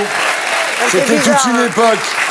Il y a eu des séances, bon, je ne vais pas raconter notre vie, mais c'est vrai qu'il y a un jour, donc première réunion de rédaction, moi j'étais le producteur, j'arrive dans le bureau, il n'y avait que des filles. Moi j'étais là, je me faisais tout petit, tu vois, bon. Et à un moment, elle commence à parler de l'épisiotomie en disant, tu te souviens chérie, on est resté 15 jours avec les pattes écartées devant un sèche-cheveux.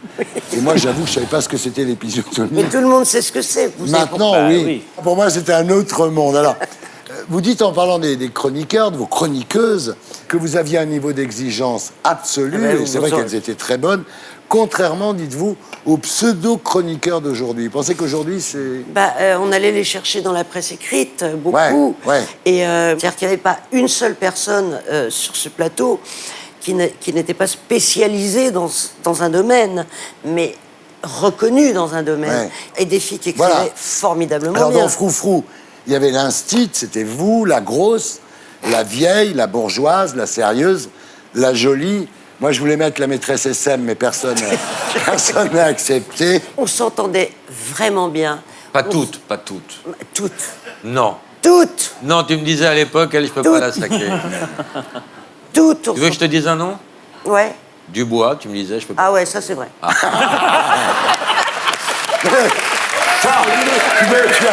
Laurent, je t'aurais dit Tina Kieffer, elle t'aurait dit ça, c'est vrai. Ça, c'est vrai. Non. C'était mon deuxième biscuit. Alors, Christine, maintenant, vous pouvez le dire, parce qu'il y a prescription, laquelle disait le plus de mal de moi? Attends que je les regarde. C'est pas Cochet, là, en haut à gauche? Non. À Cochet, Parce que- elle disait du mal de personne. Ah, parce Je que- pense que c'était moi. Ouais, parce que Cochet, elle disait du mal de moi, parce qu'un jour, j'avais dit à la télévision, comme dirait Laurence Cochet, qui était une bourge absolue, comme Ouais, t'es dirait Laurence génial. Cochet, la sodomie relance le couple. Oui. Elle m'a appelé en disant, mais comment peut... J'ai dit, Laurence, tu me Mais l'as dit. c'était vrai, elle l'avait Mais dit. elle l'avait dit. Et elle n'est pas restée dans les annales de la télé. ça. Elle n'est pas du tout. On regarde. J'adore le risque. J'aime bien épater la galerie. 30 ans de bravo. C'est une grenade qui, à n'importe quel moment, peut se dégoupiller. 30 ans de folie. T'as jamais essayé une vieille? Je suis toujours chaude comme la brette. Pas beaucoup de filles dans ce métier qui ont autant le sens de l'humour qu'elle. Retour sur le parcours de la plus allumée des animatrices. Oh la mauvaise joueuse. Ah, je déteste perdre, attends. À partir du moment où vous êtes prêt à faire n'importe quoi, vous êtes libre.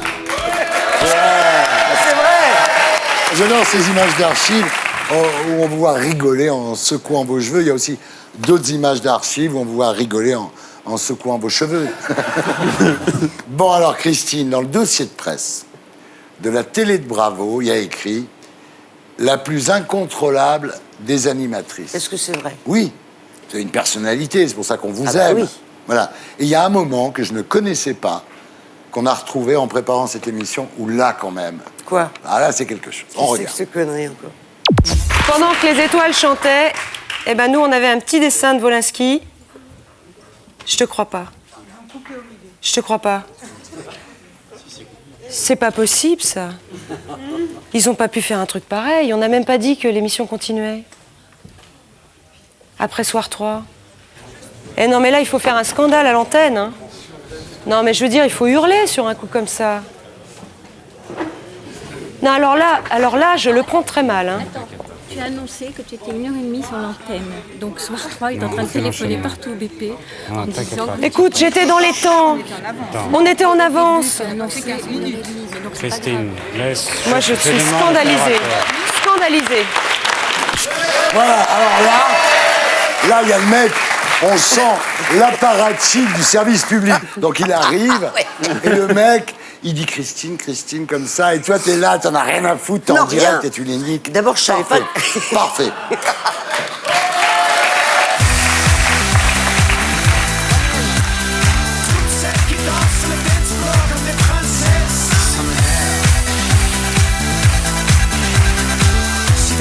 Alors, Christine, vous pensiez que pour vous, la télévision, c'était terminé. Vous disiez d'ailleurs, il faut que je trouve une autre façon de gagner ma vie, il faut que je change de vie. Lorsque vous étiez en Birmanie, et là, Philippe Tullier vous appelle et vous dit, Chérie 25 veut faire une 5e saison de Sous les jupons de l'histoire, qui est le samedi à 14h20, qui est la meilleure audience de la chaîne. Ah, je l'ai faite avec Nolwenn, c'est vachement bien. C'est vachement bien. Il est trop bête. Donc, ça y est, vous avez du boulot, vous n'allez pas être obligé de changer de vie parce que, comme vous disiez, vous aviez épuisé vos économies. Mais vous avez une retraite dans votre boulot? Oh putain, tu sais pas la meilleure? Non. J'ai demandé Ouais. combien j'allais gagner. Bah oui. 1000 euros par mois. Oh putain, t'as travaillé toute ta vie, on te filait 1000 euros? 1000 euros. 1000 euros par mois. Pour les Je gigolos, peux c'est même emmerdant, pas là. payer Là, tu les vas- croquettes de mon chat, parce que j'achète des croquettes de marque. Il achète des croquettes Hermès, ton chat? Il est 1000 euros. vegan, le chat. Non, mais 1000 euros par mois, comment vous dire? Je sais très bien qu'il y a des gens qui vivent avec 1000 euros par mois, mais vous n'allez pas me dire qu'ils vivent bien. Et c'est vrai que j'ai été étonnée, mais pareil que dans nos métiers, quand on a été, puisque vous m'avez payé quand même en cash et au noir pendant pas mal d'années, Il y a prescription, hein.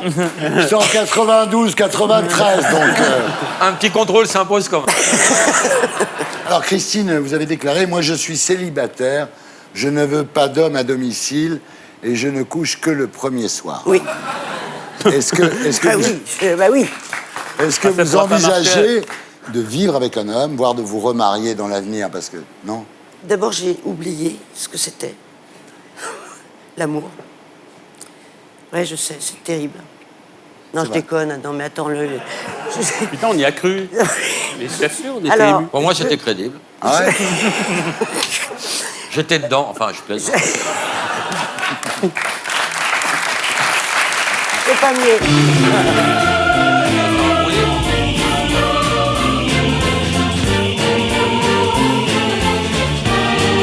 Christine, vous dites que c'est la télévision qui vous a voulu blonde, en fait. Hein, Ah oui. Ah oui, c'est la télé, hein, c'est grâce à la télé ou à cause de la télé.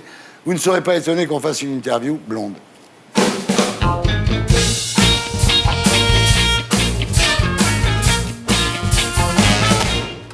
Que boit la vache? Merde alors. Qu'est-ce qu'elle boit, la vache? De l'eau. De l'eau. Il m'a soufflé.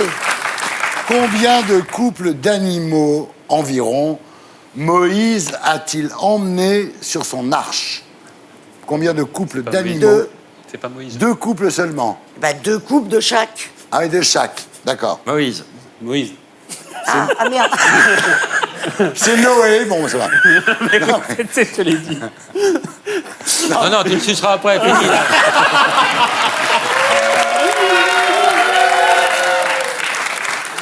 C'est pas vrai. Attends. Combien de mois dans l'année possède 28 jours? Bah, tous les mois. Bravo! Votre panier, vous avez un panier avec 5 pommes, vous en prenez 3, combien en avez-vous? Attends. Elle arrive J'ai avec un 5 panier. pommes. Alors, attends. Vous en prenez 3, Amenez-moi les pommes.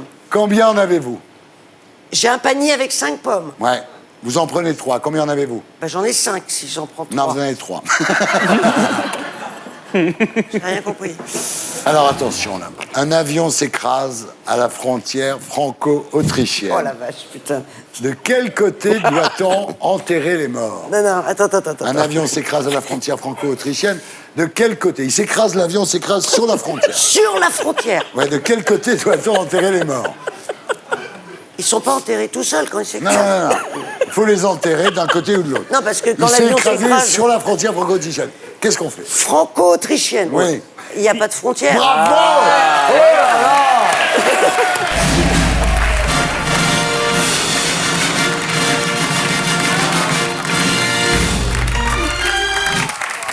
Et on passe maintenant à notre terrienne du samedi soir.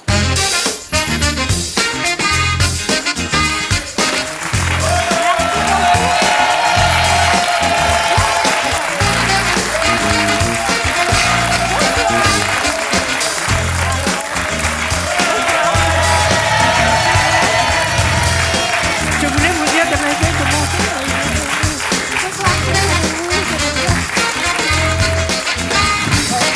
Alors, ce soir, dans Salut les Terriens, nous sommes très honorés de recevoir le dernier mythe grec vivant. Du haut de ses 60 ans de carrière, elle comptabilise à elle seule 134 albums, 1600 chansons, 300 millions de disques vendus et 300 disques d'or. Elle a été députée au Parlement européen, elle est ambassadrice de l'UNICEF et elle parle 6 langues. Voilà. Mais on la connaît On la connaît surtout pour ses lunettes. C'est Nana Mouskouri.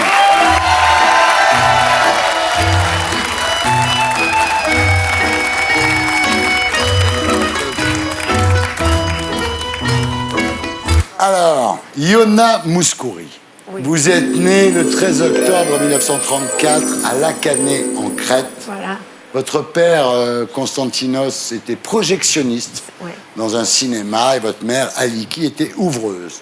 Vous aviez une grande sœur qui s'appelle Eugénie. Alors, votre père adorait jouer aux cartes, il était fou de ça. Et le jour de votre naissance, il était tellement absorbé par son jeu de cartes qu'il a oublié de prévenir la sage-femme, ce qui fait que votre mère a accouché toute seule. C'est déjà un début exceptionnel. Exceptionnel, oui, c'est vrai. Alors, vous avez 3 ans quand votre famille s'installe à Athènes, et puis c'est la guerre. La Grèce est occupée par l'Allemagne nazie. Vous avez 7 ans quand votre père part combattre dans la résistance. Vous n'avez rien à manger. Vous êtes avec votre mère qui se prive pour nourrir ses 2 filles. Quand il y avait des pois chiches, elle vous donnait tout. Quand elle trouvait le pois chiche. Ouais. Enfin, la guerre, c'est toujours partout, non seulement triste, des fois c'est cruel, c'est vrai. Alors, pendant les bombardements, vous allez vous cacher dans la cave d'une brasserie. Oui. Et quand vous sortez, il y a du sang sur les trottoirs, il y a des gens qui sont éviscérés, qui sont démembrés. Et très tôt, donc, vous êtes mis en contact avec la violence. Oui, oui, absolument. J'avais 4 ans quand ça commençait, j'avais 10 ans quand c'est fini, la guerre. Alors, c'était un début dur. Mais vous savez, je pense que dans la vie, quand on commence à avoir toute cette tristesse, toute cette cruauté, déjà jeune, vous cherchez la paix dans la vie. La paix et aussi l'amour, parce que quand il y a l'amour, il y a aussi la paix autour, il y a la compréhension. Alors, à l'époque, vous serez témoin d'une exécution publique. Et cette image vous a hanté longtemps. C'est-à-dire, vous faites longtemps le cauchemar qu'on vous court après pour vous fusiller. Est-ce que vous le faites encore maintenant, ce cauchemar? Est-ce que ça reste prégnant chez vous? Quand j'ai un cauchemar de la nuit, je vois une petite fille qui est autour d'un puits. Elle essaye de ne pas tomber dans le puits. Ah ouais. Alors, ce qui est terrible en Grèce, c'est qu'après la guerre mondiale, il y a eu la guerre civile. La guerre civile. Donc c'est très compliqué, c'est très violent. Et pour fuir la guerre, vous chantez. Alors vous chantez sur la scène du cinéma où votre père travaille. Et vous chantez cette chanson extraordinaire, évidemment, Over the Rainbow, du Magicien d'Oz, qui est une chanson que, voilà, pour vous, c'est une chanson... Je la chante toujours. Ah ouais. Ouais. Un petit bout, là, juste comme ça. Somewhere over the rainbow, way up high, there's a land that I heard of once in a lullaby.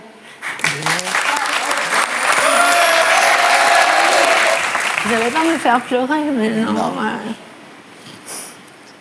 Alors, il y a une chose extraordinaire, je voulais vous dire depuis tout à l'heure, Nana, c'est que ça fait 30 ans que je fais ce métier. C'est la première fois que j'ai la chance de vous interviewer et j'en suis très content.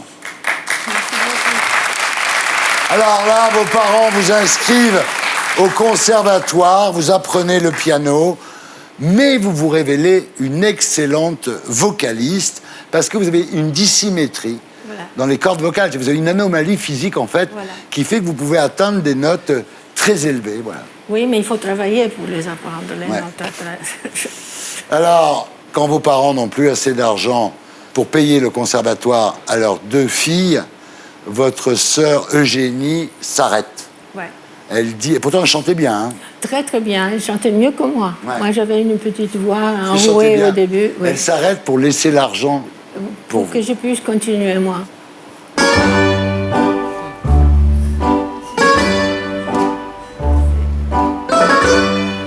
Alors vous débutez, Nana, dans un groupe de jazz qui s'appelle Tiocanson et qui plus tard s'appellera les Athéniens.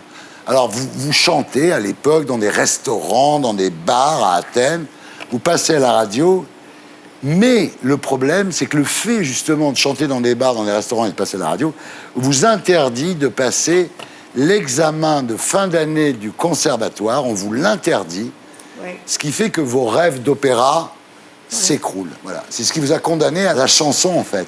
Voilà, c'est ça, oui. Alors, à la fin des années 50, vous chantez dans un club qui s'appelle Zaki. Et le compositeur Manos Hadjidakis vous repère et vous présente au milieu artistique athénien. Donc, vous faites votre entrée quand même dans un milieu un petit peu plus sophistiqué. Et c'est comme ça que vous rencontrez Mélina Mercouri, actrice et chanteuse reconnue, épouse du cinéaste Jules Dassin, le père de Joe Dassin. Voilà. Et là, vous sortez un premier 45 tours en 1959 qui s'appelle Kapou Ipari Iagapi Mou. Bravo, vous dites le grec très bien.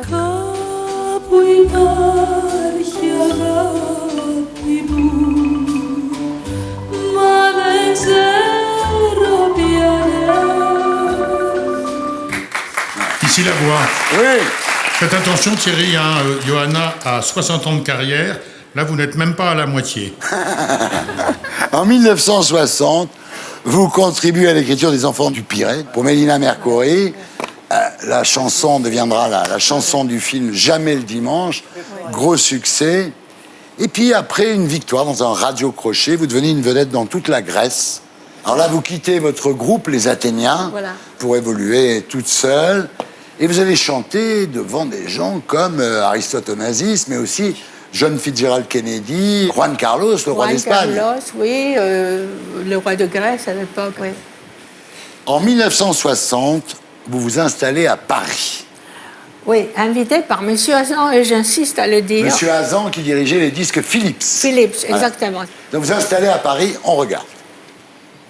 Rose blanche de Corfou, rose blanche, chaque nuit je pense à vous. Rose blanche de Corfou. Vous donne des roses, chacun vous donne une rose et tout. Ouais. Il y avait des bonnes manières dans le show business à l'époque. Oui, et surtout qu'il y avait le disque Rose blanche de Corfou aussi en même temps, donc qui a fait... Ouais. Alors là, vous produisez en première partie de gens comme Brassens, Brel, Beko, à l'Olympia, des gens que vous respectez effectivement énormément. Vous êtes ravis d'être leur première partie. Et là, on vous demande d'enlever vos lunettes. Oui. Qui vous a demandé? Monsieur Hazan? Le premier, c'était Monsieur Hazan. Il y avait les lunettes et mon nom. Il m'a dit, tu ne peux pas t'appeler Nana si tu chantes des chansons sérieuses. Et les lunettes aussi. Mais les lunettes, vous savez, je suis myope toute ma vie. Bon, maintenant, je suis presbyte aussi, avec les années. Il y a d'autres choses. Mais c'était comme une protection pour moi. Et c'est devenu votre gimmick, quoi. Nana Mouskouri, lunettes. Vous avez bien fait de ne pas arrêter parce que... Ouais, voilà. maintenant, je suis heureuse. Parce que je vois tout le monde a des lunettes. Vous avez même inspiré Paul Naref. Ouais. Alors, c'est là que vous commencez à enregistrer dans toutes les langues. Parce qu'une de vos grandes particularités, c'est effectivement vous chantez dans toutes les langues. Et en français, évidemment, une chanson qui s'appelle « Si tu m'aimes ». Si tu m'aimes tant que ça, viens bien vite, le temps passe, méfie-toi, comme l'autre les doigts. Voilà, cette chanson extraordinaire qui est la chanson du film Le Fanfaron avec Vittorio Gassman. Alors en 1962, vous débarquez à New York. Quincy Jones, pas n'importe qui, Quincy Jones produit votre premier album en anglais qui s'appelle The Girl from Greece Sings. Et il faudra attendre 1965 pour que vous séduisiez le public populaire français avec l'enfant du tambour. Oh là là, l'enfant du tambour. L'enfant au tambour. Sur la route, vous avez grandi. petit tambour s'en va. Il sent son cœur qui bat. Alors, l'enfant du tambour. Mais on a été élevé avec ça. Non seulement on a été élevé, mais c'était au programme dans les écoles. Moi, Ouais, l'enfant, ah oui, l'enfant du tambour. Ici la voix. Oui. Thierry, je ne veux pas vous contrarier, mais il ne s'agit pas de l'enfant du tambour. Les tambours ne font pas d'enfants, c'est l'enfant au tambour. Alors, en 1975, vous avez déjà 35 disques d'or. Et 2 ans plus tard, vous restez 3 semaines à l'affiche de l'Olympia. Ça, l'Olympia, c'est votre endroit culte. Bon, j'étais en tournée à ce moment-là et un jour, M. Cocatrix, il m'appelle, il me dit j'ai besoin de Nana pour qu'elle passe à l'Olympia parce que Gilbert Bécaud est malade. Alors, je lui dis, mais vous savez, je suis en tournée et puis j'attends un bébé. Et puis il me dit, mais non, c'est pas grave, les gens ils auront pitié avec les lunettes et le ventre, ça va être bien. Mais c'est pas seulement ça, il m'a dit, j'ai rien trouvé autour de moi, aucun artiste est libre pour chanter. Alors vous êtes la seule qui peut être disponible pour le mois d'octobre. Et voilà. Et je ne crois pas, évidemment, je ne crois pas du tout à vous. Mais pour faire mon travail bien, il y a un nouveau artiste extraordinaire, comique, qui était Jacques Martin. Ouais. Elle m'a dit, je vais le prendre comme américaine, il va remplir même les strapontins. Et c'est ce qui s'est passé. Alors, en 84, vous rentrez en Grèce, donc c'est la fin des colonels. Ouais. Vous retrouvez votre pays, donc il a retrouvé, lui, la liberté. Et vous chantez ensuite le générique de la fameuse série de France 2, enfin d'Antenne 2 à l'époque, L'amour en héritage. J'ai reçu l'amour en héritage un matin au pays des cigales. La folie et le génie voyagent. Alors, ce qui est bien, c'est que vous connaissez toutes les paroles. Hein. Ah oui. Ah oui. C'est-à-dire que, quelle que soit la chanson, on va voir si c'est le même cas avec le tube qui vient. On regarde. Quand tu chantes, Wizard, il parfume, il crée l'ambiance et je danse Wizard, en cadence Wizard, il m'enchante Wizard, quelle ambiance Wizard, quelle présence Wizard. Qu'est-ce qui s'est passé? Vous avez besoin d'argent? Bien sûr, je respecte l'argent, mais je ne suis pas quelqu'un qui fait les choses pour l'argent. Alors, mais c'est vrai que là, il y avait 2 choses. Il était bien payé et en plus, c'était Juste Jacquin. Vous connaissez Juste Jacquin, le photographe qui était... oui, et c'était un très grand ami à moi. Et puis, il m'a dit, écoute, j'ai fait quelque chose, si tu veux, on va le faire ensemble, on va aller... C'est propre. Oui, c'est tellement propre qu'il fait... C'est bien désinfecté. Hein. Le problème, c'était que j'avais tellement honte et que j'ai dit la seule chose que je peux faire, c'est de donner à une œuvre. Et comme j'ai travaillé avec UNICEF, j'ai mis l'argent chez UNICEF. Et, oui, pour avoir ma portion. Mais attends, vous avez, Nana Mouskouri, extrêmement bon cœur, parce que quand vous êtes élu député européen, après vous arrêtez, mais vous avez droit à une retraite de député européen, et cette retraite, vous l'avez donnée à la Grèce pour rembourser la dette grecque. Voilà, et aujourd'hui, vous sortez votre nouvel album qui s'appelle Forever Young, donc vous serez à Pleyel le 8 mars.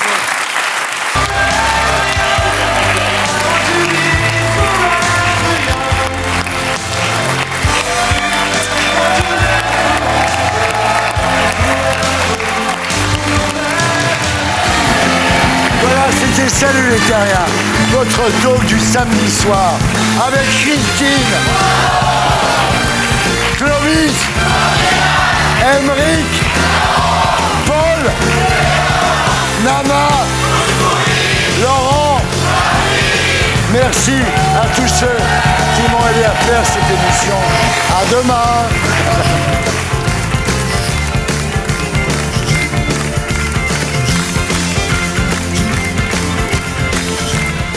Et pour être sûr de ne rien rater de Inarditube, abonnez-vous et mettez un pouce bleu.